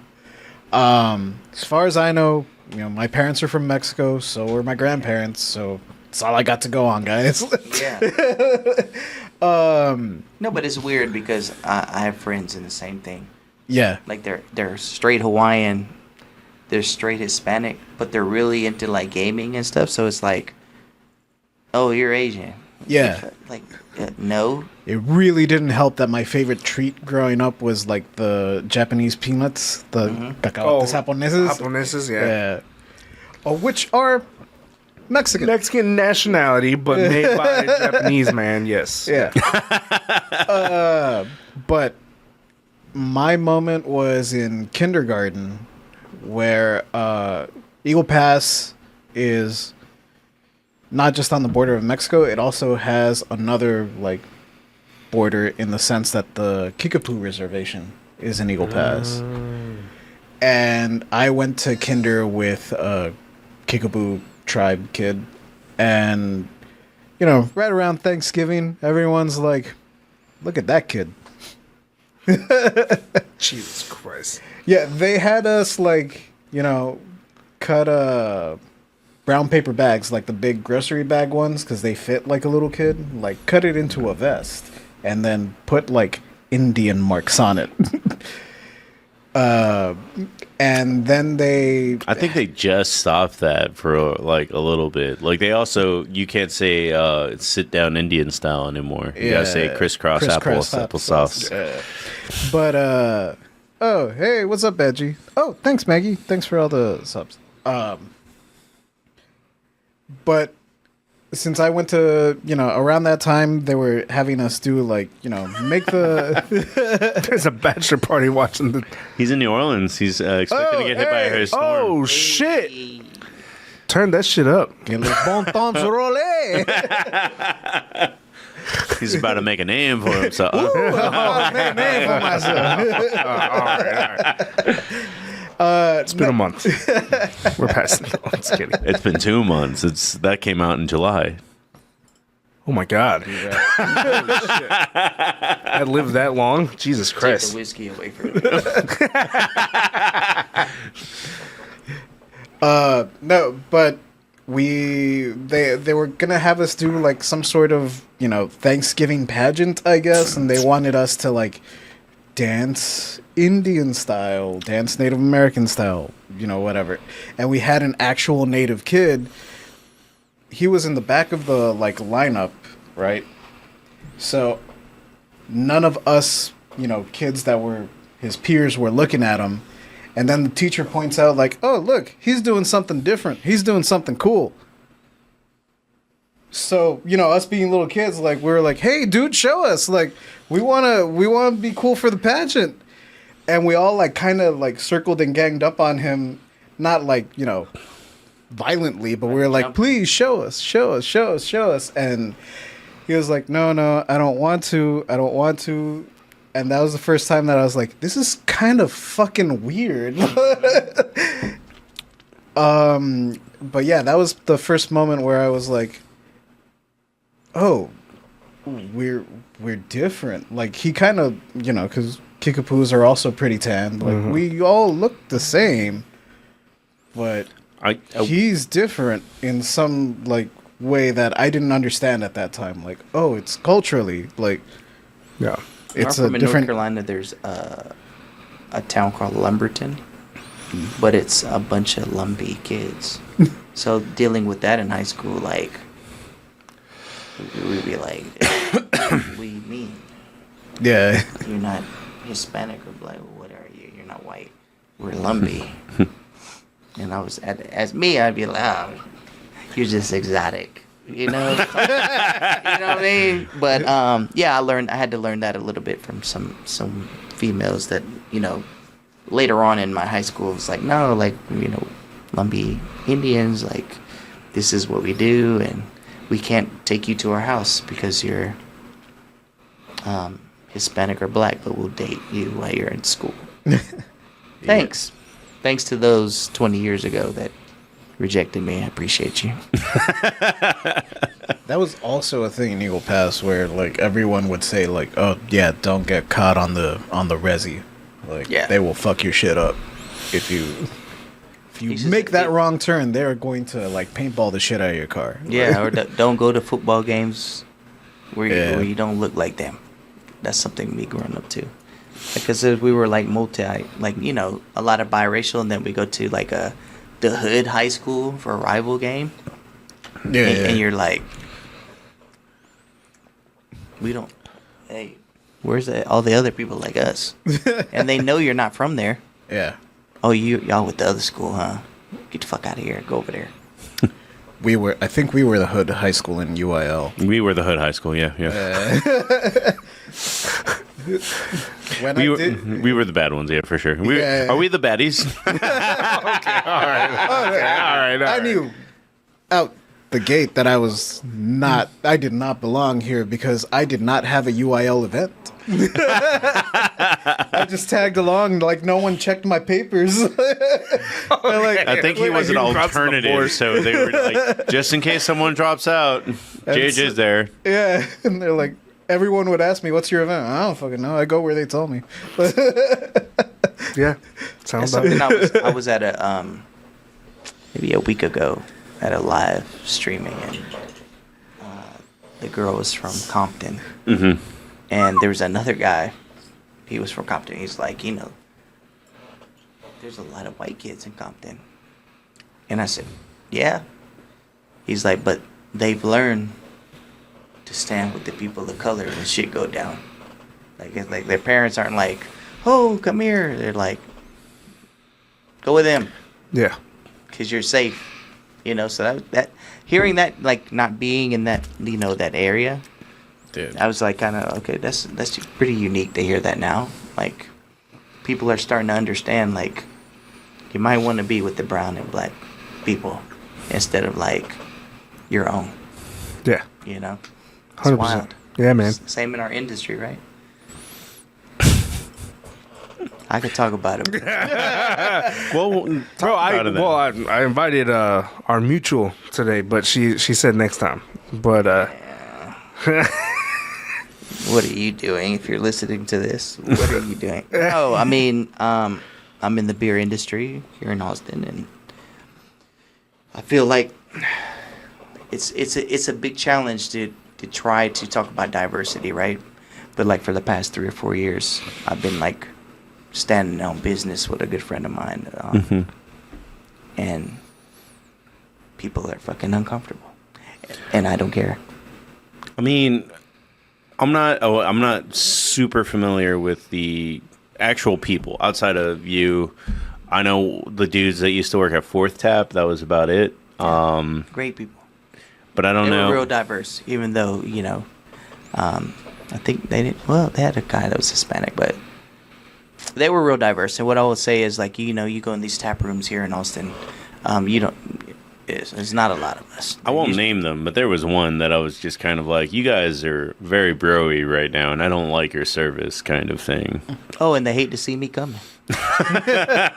Hey, if we being real, that's just because I've done a lot of work in the industry I am in, and I've done a lot of work outside here in Austin.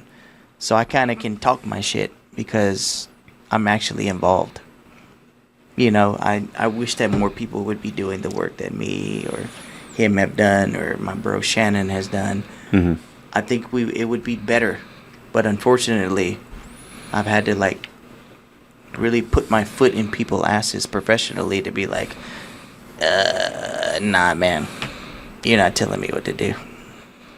And it sucks because there's not a big percentage of black or brown people that even own breweries or distilleries currently. It's very low for the viewers watching. It's very low. But I'm one of them. So it's like, it's growing pains. But I think being in Austin, and I'm not from Austin, I'm from North Carolina, but Austin has really changed. Yeah, that's my bro Smitty. Has really changed the wave of like the diversity and the work that I've done. They've embraced me really great, and I really love everybody that I've met. Oh fuck! And, like, he doesn't own Weathered Souls, does he? Who? No, Marcus and Weathered Souls just announced today they are closing. That's why I was like, Marcus is on another journey. Shout out to him if anybody that's listening. But Urban Jungle, see, look, me. Hey, look, that's me right there, my boy Shannon. There you go. Look at that. Yeah, man. I'm pretty good up here on so these keys. I currently have it's an initiative called As One. This talks about it in there, but basically that amplifies like that BIPOC community here in Austin. And we've done about 8 of them. One in Houston.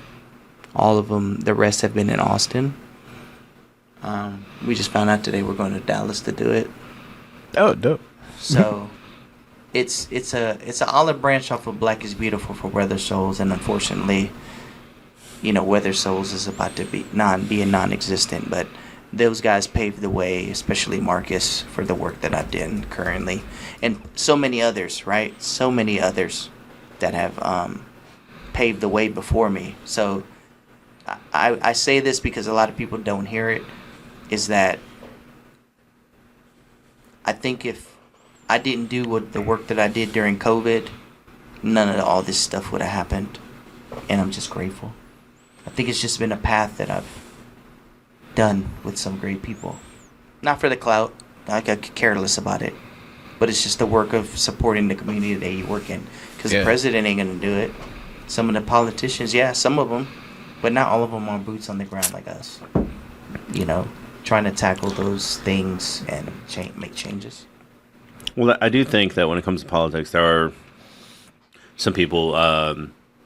the guy in charge of the show that owns the lights, he works in politics and tries to change things from there. But I do think that we as our own, wherever we stand, have a certain responsibility to try to be more welcoming and grow, or even just, sadly, just be even a fucking good example, because at least when it comes to like an example like you being a black brewer, I mean, dude, I just had to Google it, and it's cool that you're one of... I'm not the black brewer. It's actually the other guy with the count. Well, I just mean, you count if you're there. Like, you are... So that one right there on the left, recently, right there, we just brewed with Central Machine Works. Oh, yeah. So the proceeds of that As One is going to Dawa Hills. Yes. So... Yeah, man. As you look through those pictures, I mean, like Emiliano doesn't own still, but he's still in an example of a Hispanic. And I'm not in a brewery currently right now because I'm a free agent. So I'm still going to do the work that I have started. It's not going to stop. I mean, Shannon's a real good friend of mine with Urban Jungle. And then it takes time. People sometimes don't understand, like, people of color eventually is going to take over. Yeah. Bro, well, I mean, in reality, it's like, I even had this, like, hard conversation with somebody recently. I'll just keep work separated. But, no, but, I mean, the reality, I was like, yo, like, there's a whole untapped, like, community, man. Like, the fucking fact that a lot of the spirits industry has been built off the back, whether it's been creating or the, like, taking advantage of and the abuse of alcohol in brown and black communities, you now have the capability to market that as something that could be positive, or even in, like, proper usage. Like, this can be what brings a lot of folks and communities together, and yeah, because I feel like a lot of people and I'm talking about here in Austin, right? Oh, 100%. There's a lot of people like us, right? They drink the same stuff that we drink. Yeah. But because these places have made it to look like they shouldn't be there, it takes us to be like, hey, let me bring you to this spot with me. And I hate doing it because it's almost like I'm the bodyguard, right? Yeah. And then I'm like having to, like, come to the desk. Yeah. You know what I mean? But what happens is that these people now tell other people, oh, I went to this place. That place wasn't there when, okay, we're going to go. And that's how community gets built. 100%, man. That's why As One exists. Yeah. Because I have fucking introduced a whole bunch of people into craft beer. So has Shannon. Some people just don't want to. Yeah. They're stubborn. Like, our people's stubborn. Oh, yeah. People. Well, that was, bro. That was the thing I was going to bring up earlier when you were talking about things that make you different from the traditional cut of paper Hispanic. My parents love Bud Light and Michelob Ultra, and no matter what I do, the Army, that's all I drank until I met craft beer. I was about to say, like, whenever I come home with even, like, a Shiner, they'll be like, why does this taste like so nasty? And I'm like, because it's not watered down. I'm sorry. Like, it's got fucking flavor. Ice in it. Oh, God, the ice, bro. That shit, yeah. Right. Here's the thing. I was at fault last weekend. I had a beer that I was just like, you know what? I'm done, like, with the day. I've been fucking rocking all day. I just got a 6-pack, and I was like, this shit is not, like, cold enough. So I put a piece of ice in there. I was just like, yeah, but there's some beers traditionally in, like, the Asian community that they do pour the beer over ice, and it's really good. Yeah, but, like, you can't do that with craft beer. No, hell no. Austin Beer Works did one that was like in that with style. Kaiju so. Yeah. Or Kaiju, excuse me, 'cause I get corrected all the time. Don't get me wrong, I drink Coors. My dad Coors Light, baby. Yeah. Coors Light. That's my redneck beer. And hey, until that, like, activator fucks up in the can, and then you're like, "Why does this taste like that?" Oh, the activator shit spilled in it. God damn it! Soju. Haven't had Someone that said soju. Yeah, Argo's. Oh yeah, soju is the shit. Argo's a world traveler. I used to in the army to get the taxi drivers to Bali and hurry the fuck up. I'd be like, "Hey, you want me to buy you soju?" And they're like, soju, shit. And they pull over. We buy them, like, the big bottle. They blowing through red lights. They blowing through shit. Because they're just like, cool, I'm going to get off. You know what I mean? Yeah. So, soju's fun, but it's dangerous. First time I had it, I was like, oh, this is like them watermelon lollipops without the chile. And then, like, 5 bottles deep, I was like, I can't feel my legs, bro. Yeah, you're not supposed to go 5 bottles. I thought you were gonna say 5 days later. You realized that like you were gonna initiation thing in the army when I was there. They don't let you off post like the first 30 days until you get your license from Korea, and then you have to pass a PT test. I think Korea locks you down now. Yeah. So like, we did my PT test. It was like my 31st day. They were like, "Hey, you're free." we got off early, and this dude hands me a Powerade. I'm like, cool. I'm like, damn. I chug, like, think about this. I'm 20 only. No, I was 19. I'm about to be 20. I drink this. I'm like chugging this shit. I was like, this is good. And like fucking 15 minutes later, I'm like, oh. And they started laughing. I was like, why are they laughing? Oh, we poured like a bottle and a half of soju in your Powerade. You really wouldn't be able to taste it. And I was fucked up. And the legal age in Korea at that time was 20. Oh God! But what ended up happening was because like a lot of soldiers were having like a lot of alcohol incidents outside of base. Yeah. The army was like, yeah, we're gonna change it back to 21 because y'all are getting too fucked up. Especially my unit, we were like locked down for like 45 days. Dry city. God damn! I want to go back though. I heard it's like, guys, when you're not in the army, it's like the best time ever. I don't know much about Korea. Or Japan. I've heard Japan, and I heard TJ you're loves a person Japan. of color going over there, bro. around, they love you. They have a things for Mexicans apparently. So yeah, so very good friends of mine. They went and they got off the plane, and it was like the 4 siblings. So it was my friend, his 2 older brothers, and then his younger sister. And they got off of the plane and into like the airport or whatever, and immediately 3 of them were mobbed, and it was because it was the sister and then my friend Miguel and his eldest brother. The 3 of them looked Mexicano.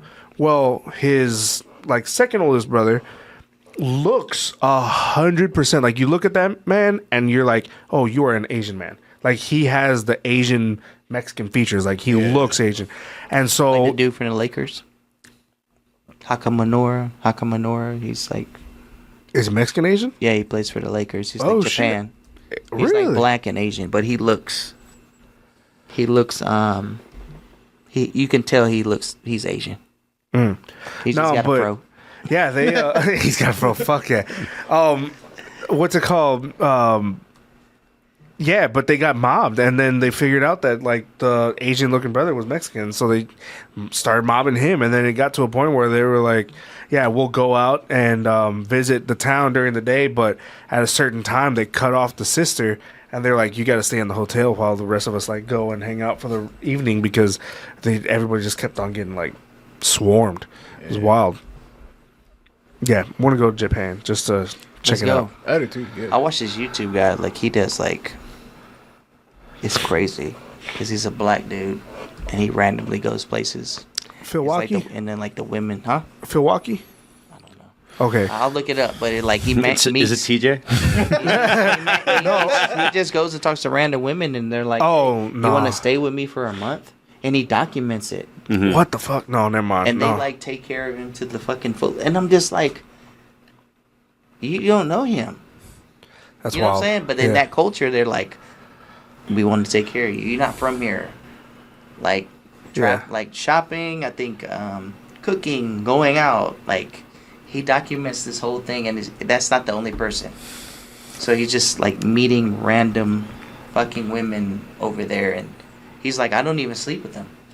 He's like, they're just that welcoming. Wild. That's fucking crazy. Yeah. Well, I have in the wrong country. I have a question to ask.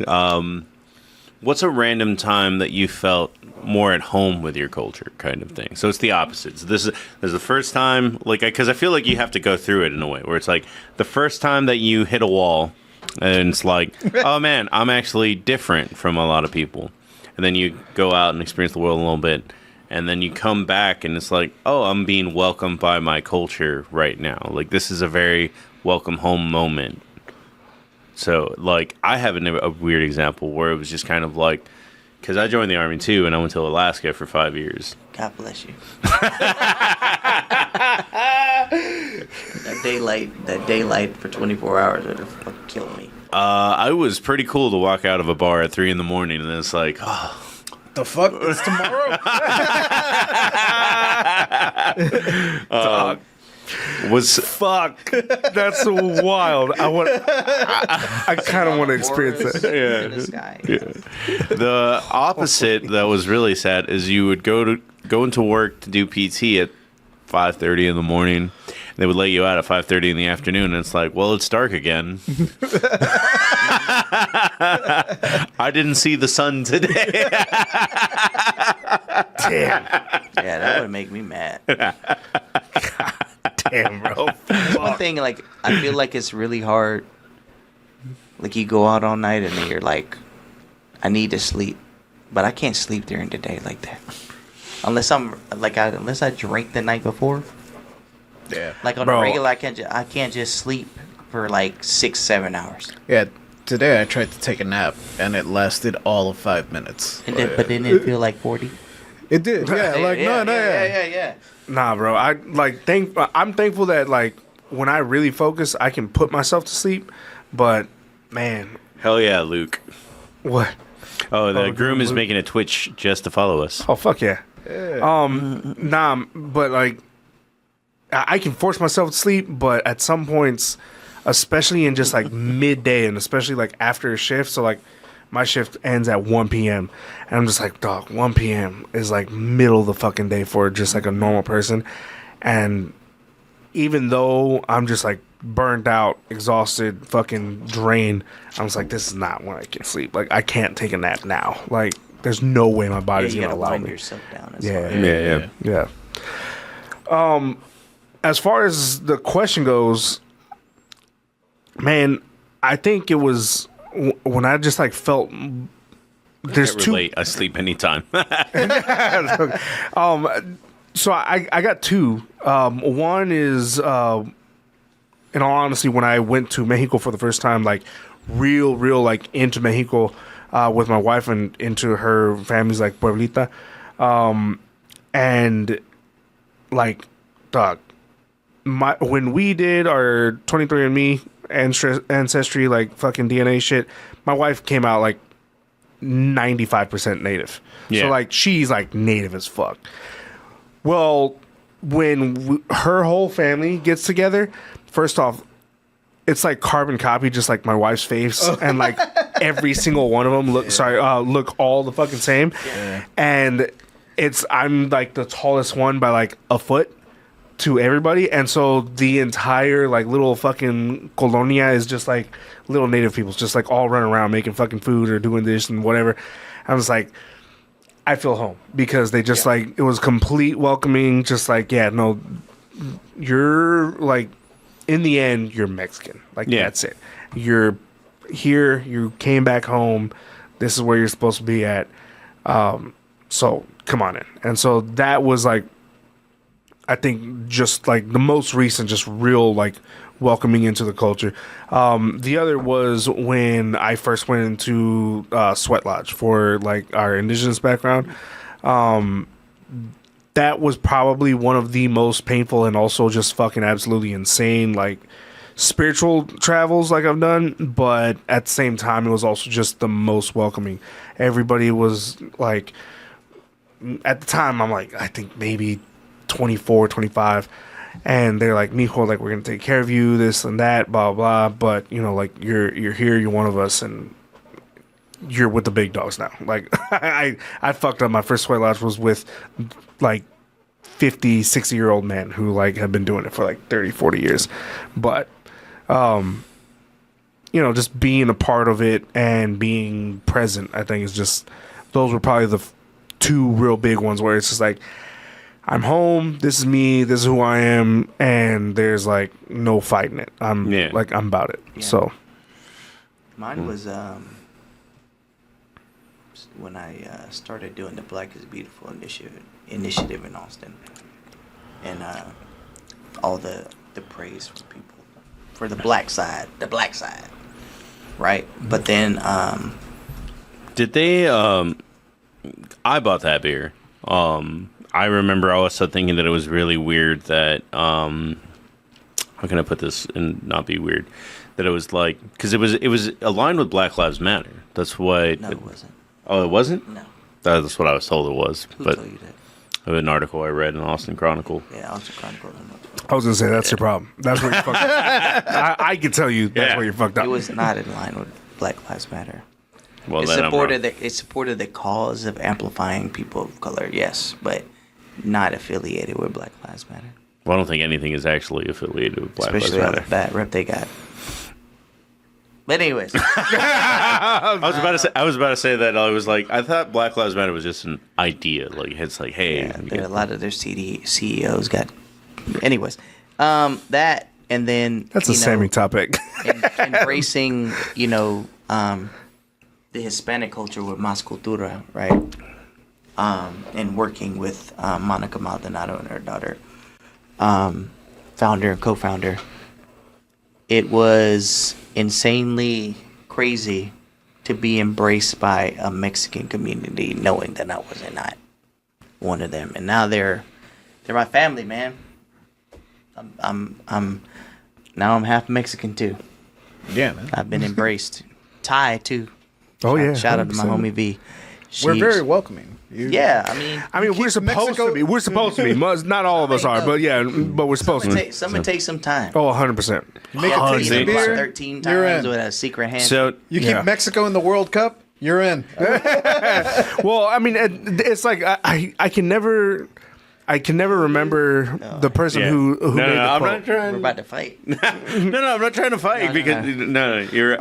I can never remember the person who made the quote, but there's a famous historic quote that says like, being Mexican isn't like being born in Mexico. It's just carrying the fucking Mexican culture. So you could be Mexican born anywhere in the world, but if you carry the culture and you carry it at heart, like I'm over You're here making watching kind of- him do what he does. all right, let's see what happens. What do you No, I'm not. I'm just saying, like, I don't want to argue or anything because he's right. Like, it wasn't made to be aligned with Black Lives You were Matter. trying to find that article you read? No, I found it like it came out pretty well because black is black. The name of the beer is Black is Beautiful. Yeah. There ain't gonna be a lot of articles about Black is Beautiful beer like that pop up, but it was like it literally. This was after the Floyd case, and then I remember reading this article, and I was just kind of like, oh, like yeah, proceeds go to organizations that fight injustice.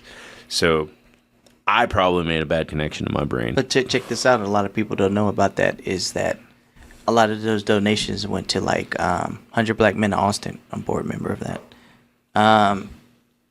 Austin Justice Coalition, Foursquare. Shout out Chaz. Shit. No, that's why I want. I don't think a lot. I don't that I know of. I don't think any went to.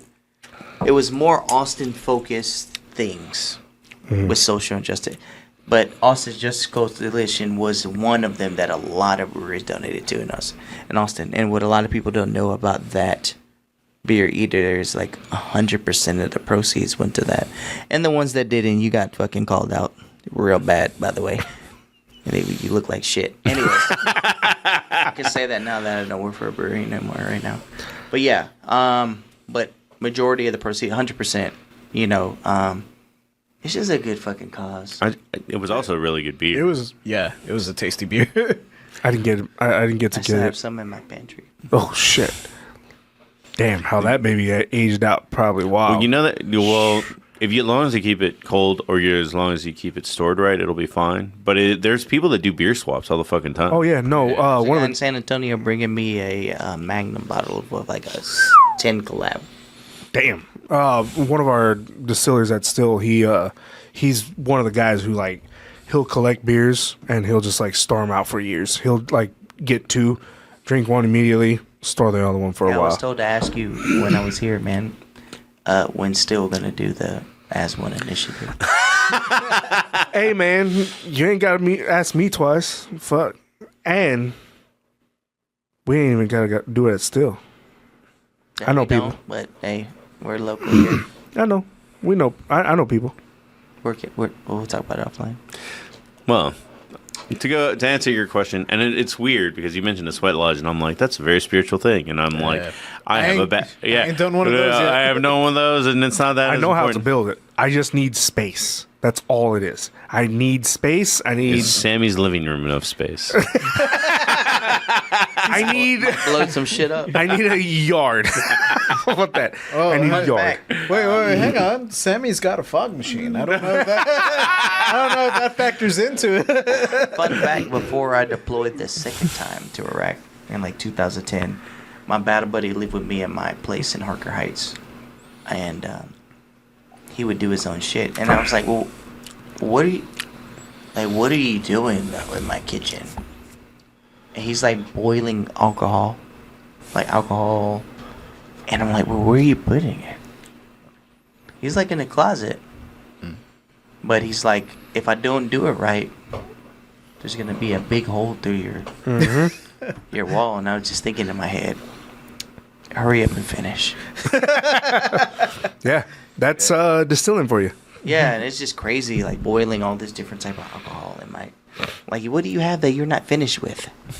And we're just like, it's crazy. Well, I mean, home distilling is legal now in the state of Texas. Yeah. Thankfully, I wanted to buy one of these. I know how to distill, so I'm not going to be blowing home. Unless if you pay taxes for it. Yeah, you're not wrong. But I know how to distill, so all we got to do is. I saw 10-gallon stills, copper stills, complete copper stills going for like $300 on Amazon. Fuck, I need a job.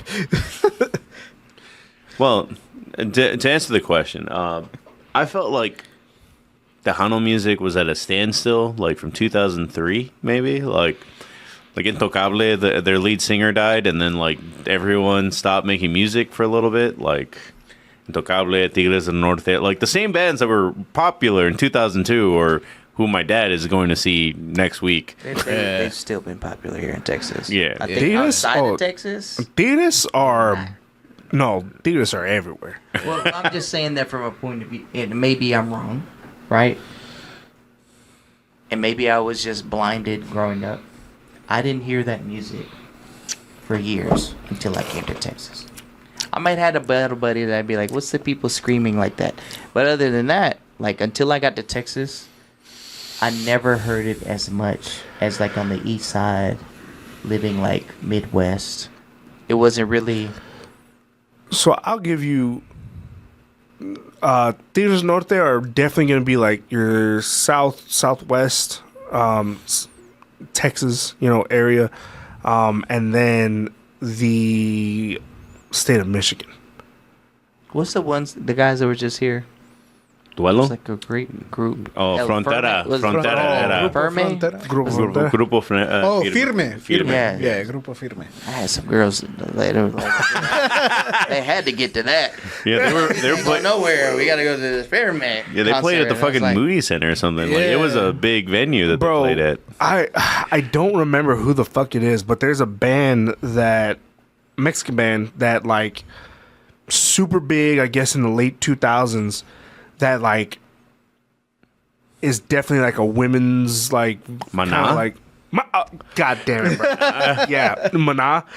When they came into town, Labios, dog. They came into town, and my 7-month pregnant wife was like, I'm going to fucking see Maná, and so here I am dropping her and like 3 of her friends off like on the fucking I-35 to get into the fucking stadium. I'm just like, Jesus Christ, y'all are fucking wild. Dude, Maná's #1 music video is a song that was famous 14 years ago. Yeah. They just redid it. Yep. I'm already lost. No, they have that. And it's funny, like all their songs are about cheating on your wife or cheating or being cheated on. But like they are as big as Led Zeppelin, but in Mexico. Yeah.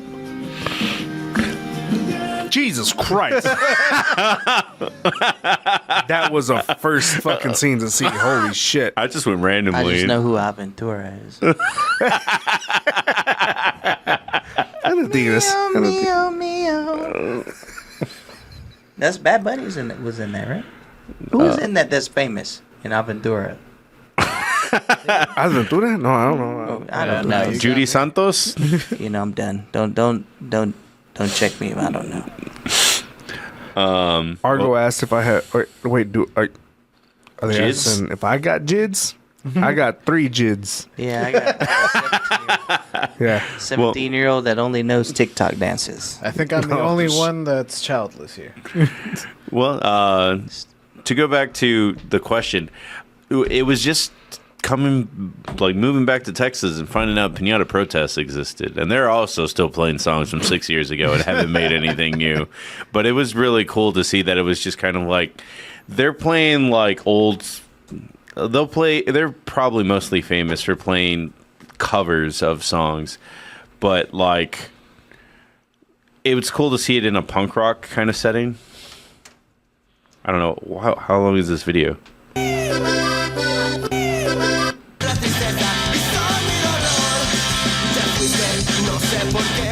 Oh shit! Interesting. Yeah, it's like Yellow Card met fucking like Tejano. Yeah, pretty much. Like, wow. But it was just kind of like, oh, Okay, what's the face? he doesn't like it, and it's fine. Lost. Oh, okay. Yeah, that's fair. That's fair. But yeah, no, it's completely fair. But it was just for me, I was like, oh, like both my sides get to hang out here for once. Yeah. Little punk rock and fucking like Tejano. Yeah, Yeah. it's that a dope moment. punk rock. Like I don't know the name of it. I'll have to ask my sister.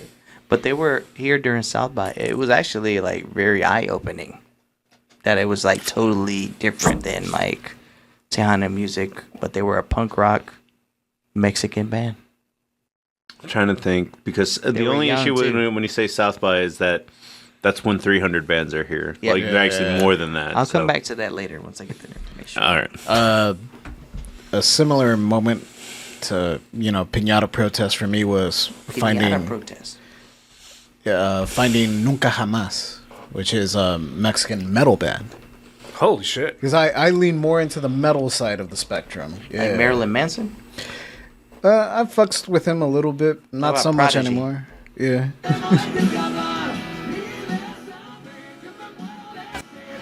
Oh, damn, bro. Was that you? Holy shit. Dog. Holy fuck. Look up Demasiado Mexicano. I think that's my favorite song by them. God damn. I'm pretty sure I saw AJ fucking, or JJ doing, drums in the back right there. That was wild. Dog, JJ, are you sure? Holy fuck. That drummer, man. Could be your fucking carbon copy. But the moment, to answer the question, apart from Nunca Jamás, the moment that sticks out in my head for me is, back 10 years ago again, when that cousin of mine, Paco, he was living here in Austin. He moved from Fort Worth to Austin, trying to, make it on his own. It was the first time he lived by himself ever, but he was struggling a little bit. He used to work on cars. He was a mechanic. Trained as a mechanic, was working at a shop, I think, at the time. Or no. He was working at Hertz because he had already fucked up his back. But he fucked up his back working on a car, and he's been dealing with back issues ever since. So he still wanted to be around cars, but he couldn't actually, work on them. He was working at Hertz, and I had just quit my job at the casino, and I was like, well, I got nothing to do. I'm gonna go chill with Paco for a few months. So that was like my first extended stay in Austin, quote unquote.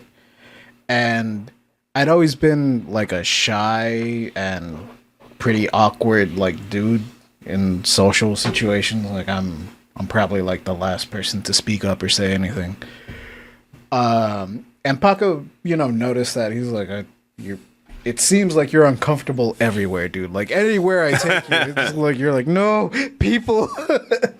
But he was at one point, he was like, I showed you every place that I like to go eat. Now it's up to you. Like you can go out and find like shit that you want to eat and discover on your own. Like I've shown you everything I know about Austin so far. What do you want to do? And I was like, well, to be honest, Paco, I kind of just want to make like a homemade meal. And he was like, all right, bet. What do you want to make? I kind of just want to make like tacos. Like I just want to make like fucking traditional old school tacos. Yeah. And he was like, well, there's a Michoacana, which is, you know, a Mexican grocery store like around the block from the apartment. Mexican meat market. Yeah. Mexican meat market, but yeah. So it's like we can just go there and pick up whatever you need. I'm pretty sure they'll have it, and if they don't, we'll find somewhere else. Like, or order it off of Amazon. Like, so he took me to it. I think we walked there. He took me. It was that close. He took me to it, and as soon as I walked in, I was like, I'm home. I like this. This is familiar. Like, this is what all Mexican meat markets look like. Yeah. So Carbon copy, baby. Yeah. Carbon copy. There's one Poco Loco where I live in Kyle. Yeah. Fuck yeah. I was like, God damn, fucking, they got gas stations. Meat. Yeah. Okay. But like, yeah, Paco had taken me to like all the extremes. He's like, have you had Indian food, dog? Like, here you go. And, you know, it was shell shock or culture shock in the sense where it was like, damn, like in Eagle Pass, I literally can only have Mexican food. Like, even when I go to the Chinese restaurant there, it's like I said, it's Mexican food. Like, no. Their chow mein has fucking lemon pepper in it. Okay, cool. I mean, don't get me wrong, it still tastes good, but it's not Chinese. And so I kind of had like a bit of culture shock when I was staying with Paco. As soon as we went into that Mexican meat market, and I was like, I know exactly what I need. I know exactly what I want. Just brought you back butcher home. like came up to me and was like, ¿Qué quieres, papá? And I was like, 2 libras de molido especial, and you know, this and that. ¿Dónde están los chiles guajillos? And we left, and Paco was like, that is the most confident I've seen you. Like, being with the people, man. Being with the people. Yeah, no, that's all it takes, bro. That's all it takes. Well, Fuck yeah. I have one last question. I'm going to push these other two topics to when it gets colder. But I had something specific to ask you. We had, as a country, our first debate. It's technically our second debate, but the first one now doesn't count. You're going to do this now? Yeah. You're going to do this? Yeah. All right. I got no problem with it, but Mr. Big Dog on the other side. I just want to know, as a Mexican American, not really overall as your personal opinions and your personal beliefs, how do you feel about both candidates, or even all 4 candidates if you want? The 2 main ones can go to hell. I mean, I know that there's obviously a preference to one. Mm-hmm. Because the other is gonna fuck shit up. Yeah. Especially for I will say on the note of like just Trump actually didn't do much to fuck up during his presidency, because as soon as Biden got elected, he was like, all right, all this stuff gone. Undo. I hit a giant undo button. Well, so what Trump did do to fuck up a lot of folks is so the tax credit that you got for having children, that does fuck a lot of people up. It fucked you up. He got rid of the portion of your, I think it's W-2 when you do your taxes, where like donations, like you can't like claim donations anymore. I didn't notice that. Yeah, I actually didn't notice that. Yeah, so you can't do any of that anymore. I heard the door. I'm just like, all right, we're doing it. And he let white people storm the Capitol. That is also a bad. Yeah, that's also a big that. one. Yeah, that's another thing. At the same time, he obviously like got rid of the pandemic team, and so that caused a certain something to happen. I did have an idea that Trump was actually scared of COVID, and that because he tried a little bit. Sometimes he's like a gopher and scared of a shadow. Yeah, that is also true. But oh man, I mean, in the end, it was just like absolute destruction of like the middle class and everything. And on top of that, just like the fear mongering and like complete just. I mean, we're running into the reality of like Nixon 2.0, where it was, or Reagan. Yeah, Reagan 2.0, where it's like complete, like clean sweep of specifically like Mexican and Latino communities, where Doesn't matter if you have papers or not. They're just gonna come in clean sweep, and just say you don't got your papers on you. Okay, cool. Well, you can fucking jump in the back. Did that law pass? I'm not entirely sure. That I don't think it passed, but that's gonna be the local police can pull you over to check out that you have papers. So the law didn't pass, but that's something that obviously can be like just kind of like executive ordered. Once he comes into power, in the end, obviously one person is preference than the other. Unfortunately, the person who was also preference has an extreme history of like just fucking imprisoning men of color, and at this point it's just pick your poison. I feel genuinely that Kamala won the debate. At the same time, by a landslide. Oh yeah, no, not even close. Yeah, not even like. I heard something that not even close. But I heard something that I thought was funny that I've not heard of when it comes to any sort of debate kind of thing, and maybe it can only be done when you're debating Trump. But and it may not even be true. But I just thought it was funny that Kamala hired a Donald Trump somebody that impersonates him, just so that she could be like used to his tone and inflection. And I feel like it kind of showed because she was pretty good at being like, hey, I'm going to trigger you by saying this shit. Yeah, you activated my trap card. Yeah. So she must have hired, what's his name, that comedian, right? Shane Gillis? People joked about she hired Shane Gillis to act like Trump. Shane Gillis, yeah. You know. I also love Shane Gillis, even though he probably is a Trump supporter, but he's fucking hilarious shit. And he said Trump is one of the dumbest people like ever to run for office, so I don't know if he is a Trump supporter. I just think that he is probably... I think he plays the bro card very well. Yeah. He plays the bro card very well. Yeah. Well, this is the issue that Democrats run into a lot of the time, where it's just kind of like there's a purity test to be a Democrat. Oh, 100%. And then as they push people out, there's just like, well, I have nowhere to go, so I got to join the other team, I fucking guess. But it takes an extra man muscle to be like, they called me out for doing X... whatever, I still rather do that than fucking support Trump at the end of the day. No, 100%.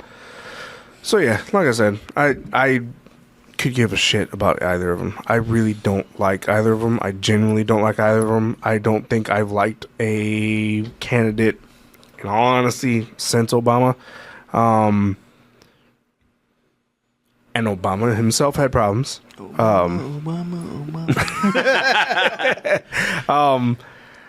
But yeah, you know, I mean, we're just at this point, we're in the era of presidents just being social media folks, and that's going to be the end of it, you know? I never thought about it from that aspect. I did think about it from the aspect of people care too much about the presidency, and that gives them too much power. Like, in the sense that it was a good thing that Biden got elected, and he just was like, undo everything that Trump did. That was actually a good thing because all of Trump's ideas sucked. And then, you know, the funny thing was that a lot of folks who I ran into, who, when I was in the liquor stores in Pflugerville, the funny thing was that a lot of folks who kept on complaining about, like, Scotch whiskey prices didn't realize that, well, who put the fucking embargo on Scotland? I was like, oh yeah, you know what? They're like, yeah, damn, the fucking the world's gonna go to shit because Biden's all fucking like president now. We got this inflation. I'm like, yeah, you know, it really fucking sucks that Biden got rid of the embargo. And it's not, got rid of the embargo on Scotland. So now, 2-3 years notice, you'll see your fucking Scotch whiskey prices drop. Guess what just happened? 6 months ago, Scotch whiskey prices just dropped. Yeah, I wonder if Jameson's cheaper now. Well, okay. You know, good Scotch whiskey. Not just sometimes I like bad things. I don't know what to tell you. Hey, man. Jameson, Malort, PBR. Oh, come on. All right. We're wrapping this shit up. Okay. All right, guys. You know, no, I'm just kidding. I mean, what's your opinion on everything right now? You really want to know? I really want to know. That's a great question because I talked about this earlier today. I think regardless of who goes in office, it still takes us to figure out shit in our own communities. I feel like that, none of them are coming to Austin, Texas, like on Runberg or like these deep communities that have issues and actually sitting here with people. I think it takes the people that have these nonprofits and people that's been living here for like 5th or 6th generation Austinites that's gonna do the work for the people. The president didn't come here when we had that ice storm. That was fucking ridiculous. It was our own people. Mm-hmm. So regardless of who goes into the office, I just think like us as a community, we need to just have each other's back. Like fuck all the other shit, I say the same thing when I was in the military. Mm-hmm. When Obama went in office, we seen how white people really felt. When Trump went in office, guess what? We seen how white people really felt. Yep. It didn't help. It didn't help either side, And I think if we build more community instead of worrying about these presidential debates and shit like that, because we can vote all day, but it takes like me or you or you or you to like actually be in the field with our community. Hey, are you really hungry? Like, let's go, I got like, let's go to HEB, let's get some food for your family.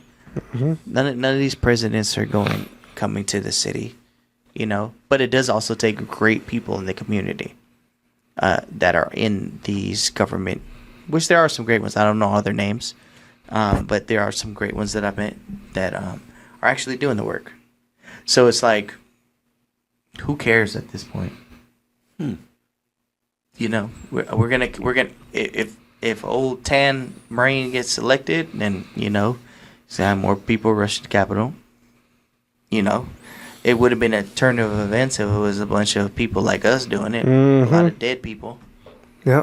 But at this point, I just think we need to focus on what we're doing for ourselves and other people that we feel like are great, or not, or we feel that are our support channels.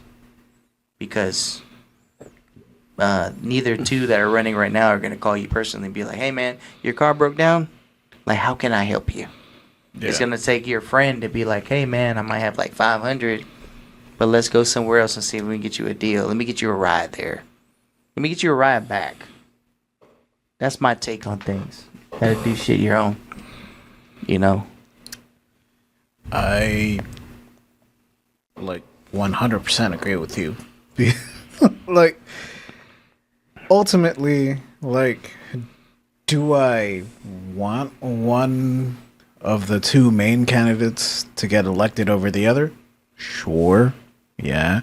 But do I really think that it's going to make a huge difference? Mm-hmm. Which one of them it is? Not really. Don't get me wrong. There are some things where I think I don't think I want Trump having his finger on that button. I'd probably rather have Kamala have her finger on that button. But at the same time, it's is that even gonna make it through to Congress? Because the president's not all powerful. The president's not a king. There's albeit broken, there's still a system of checks and balances. Yeah. And there's still stuff in place to make sure that Obama had the greenest of green lights, and he still didn't get all his shit passed. Yeah. So, I mean, there's still going to be a mitigation to the damage if the worst case scenario happens. Mm-hmm. Yeah. Yep. And if the worst case scenario happens, look, that's 2 terms, baby. You're out. I actually do think that if he loses, he might run again this next couple of times. Yeah. There is kind of an upswing, a dark upswing. I don't want that. Let's be clear here. I don't want another Trump presidency. But at the same time, it's this is the guaranteed way to, like, you know, make sure he doesn't run again, and we don't have to go through this bullshit again. Yeah. but I mean, I think deep down inside is like. No, yeah. Ultimately, it's like, think locally. Like. Yeah, local. But you know, another thing that I get kind of upset with serving the military is like when people, and you know, for Palestine people, you know, I pray for them with what's going on with them, and I fully support, you know, us embracing that country. But we need to stop blaming the army because it's not us killing them, and I think that's where people get confused. Yeah. You know, like I think somebody came up to me and was like, "You're a veteran, yeah. So you just kill kids, huh?" No. Like who told you that? You know, and it's a big confusion. Yeah. That it's not us killing kids. It's their own terrorist people over there. That we haven't been able to set foot over there. And I think with not the Trump guy. The other person that, yeah, we're gonna go over there, but it's gonna be us mobilizing that country just like we did Afghanistan and Iraq. I think with the other person, it might turn into some drug deal or gone wrong shit. Mm-hmm. You know, but yeah. I fully think that people need to stop thinking that, you know, veterans or people that served the military before are like children and women and people killers, because the news has shown you that it's those people over there that's throwing bombs into the safe zones that they're not supposed to be.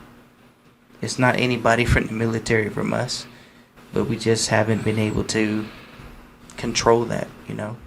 Yeah. So that's my take on it. People might be like, hey, fuck him after this, but hey. Well, Cat Eye 87 says it's mostly what Trump represents. The people behind him are the scariest people that I've ever witnessed. I will kind of disagree with that, and I will agree with what you're saying, and also disagree with that. Just it's this weird path that I've decided to take that's very weird in general, but it's also you fucking weirdo. To the thing about what Trump represents, the issue is that the core of Trump's people, yes. They're money people, though. Yeah. Oh, yeah. They're fucking terrible. Yeah. But their issue is that, and I don't fully understand it.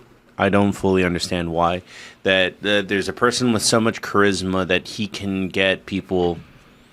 Like, if you were to, on an average day, take most people and then be like, what block do you fall in? It would probably be 50-50. Probably not, actually, if it was fair, but still. But I don't understand why Trump has such a hold on certain people, like through his charisma. Weird, yeah. Well, I mean, because I can literally pull one away. I do all the time because I also served in the military, so I have conservative friends, and I pulled one away, and I was just kind of like, I understand a whole bunch of things for why you wouldn't like Biden, because at that point Biden was the candidate, but like. You do understand that a entitled billionaire that had everything handed to him, that he doesn't have any real positions, because he's come out being anti-Israel, he's come out being pro-Israel, he's come out and been pro-gun, anti-gun, and I'm like, I know these are things that matter to you, so how can you like be beholden justify that I'm going to vote for this guy that is just kind of like, this is what the mob wants. Yeah. And he straight up told me black and white that it was just like, if Trump really ever met me in real life, because I'm a person that's 100% disabled from the army, and I live off that paycheck to paycheck, and I save some, like, he would just say I'm a bum that lives off the government. Yep. But I am still going to vote for him. And I was like, that dude needs to go jump off a fucking bridge. No, but I mean, so... I'm sorry if that person's watching, but... He's not. For me, I feel different. Yeah, no. I mean, I feel like...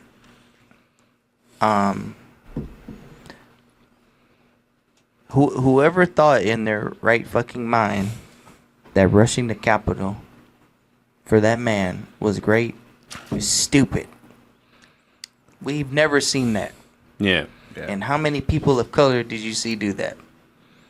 That's where I see. That's where I get kind of The confused. leader of the Proud Boys, it's Cubanish. Yeah, well, he's Cuban-ish. No. Unfortunately, the leader of the Proud Boys is Afro-Latino, who can't speak English. But yeah, but what I'm saying, what I'm saying is, at the end of the day, a normal, typical person like us. I wasn't gonna wake up and be like, you know what? Today's a fucking great day to go rush the Capitol. Well, and it goes back to like what Obama said, unfortunately, which is like, in the end, the sun's gonna rise again. That's it. And I think that was probably the most significant thing that he could have done is go in and when they transferred power, he just kind of looks up at the sun. He's like, oh, okay. You hit the final end of the thread of how I disagreed and agreed with him. But he also disrespected so many veterans. He did, and I bring that point up too. But and this is the overall thing that's weird, that it's just kind of it would be better. We would live in a better world if Trump did not get elected in November. We'd live in a better world if Ted Cruz didn't get elected in November for sure. We don't like Paxton either. Paxton definitely needs Fuck to fucking Paxton. go. Fuck Hot Wheels. But we had our chance to. That was last year. But blame me, people. That being said, I did think this was funny. I don't know exactly how they did this poll, but Beto versus Ted Cruz, that good election that he ran, Beto would have won if only native Texans had voted. Yeah, but the problem is native Texans, I think, were also smart enough to figure out Beto's bullshit. Because, I mean, this... Well, that was 2018. That was... I believed in it in 2018. I met the I didn't believe it. In 2018? In 2018, no. Didn't read it. Because, again, just the communities that I've worked with. So in El Paso? Well, so in Austin, yeah, there was a huge influx between 2005 to 2016-ish of El Paso folks, Chucos, our fucking Chucos cousins out there who came out over here. And a lot of them were also indigenous Mexicans who came over to Austin because they felt like Austin was the last safe haven. Jokes on all of us, right? Yeah. We couldn't outnumber all the fucking Tesla people from California. Yeah, exactly. Yeah. But so they came all over here, and so in the Calpulli that I was a part of, the indigenous circle that I was with, a lot of them were from El Paso. Well, they ended up saying, when I was in this circle doing a lot of work right before COVID and a few years before, they said, whatever you do, don't vote for Beto, because Beto's the reason why we got out of it, and not out, but we got kicked out of El Paso, because what ended up happening was Beto's father-in-law, who is the huge owner of some kind of engineering firm or whatever that just bought out a whole bunch of land for fucking cheap, promised new housing in the complexes that he was building, and then backed out of that promise. Yeah. And so they didn't have anywhere to go, came over here, and then Beto ran for his whole thing, and then everybody was already against him. So a lot of the folks who have that kind of groundwork and that backstory in what Beto did. And I mean, again, this is documented town hall meetings of Beto in front of El Pasoans. I guess that's how you call them, El Pasoans. People from El Paso on YouTube. Usually city people don't get a name, so it doesn't matter what you say. So we don't say Austinites is such entitled bullshit, but you don't say San Antonio.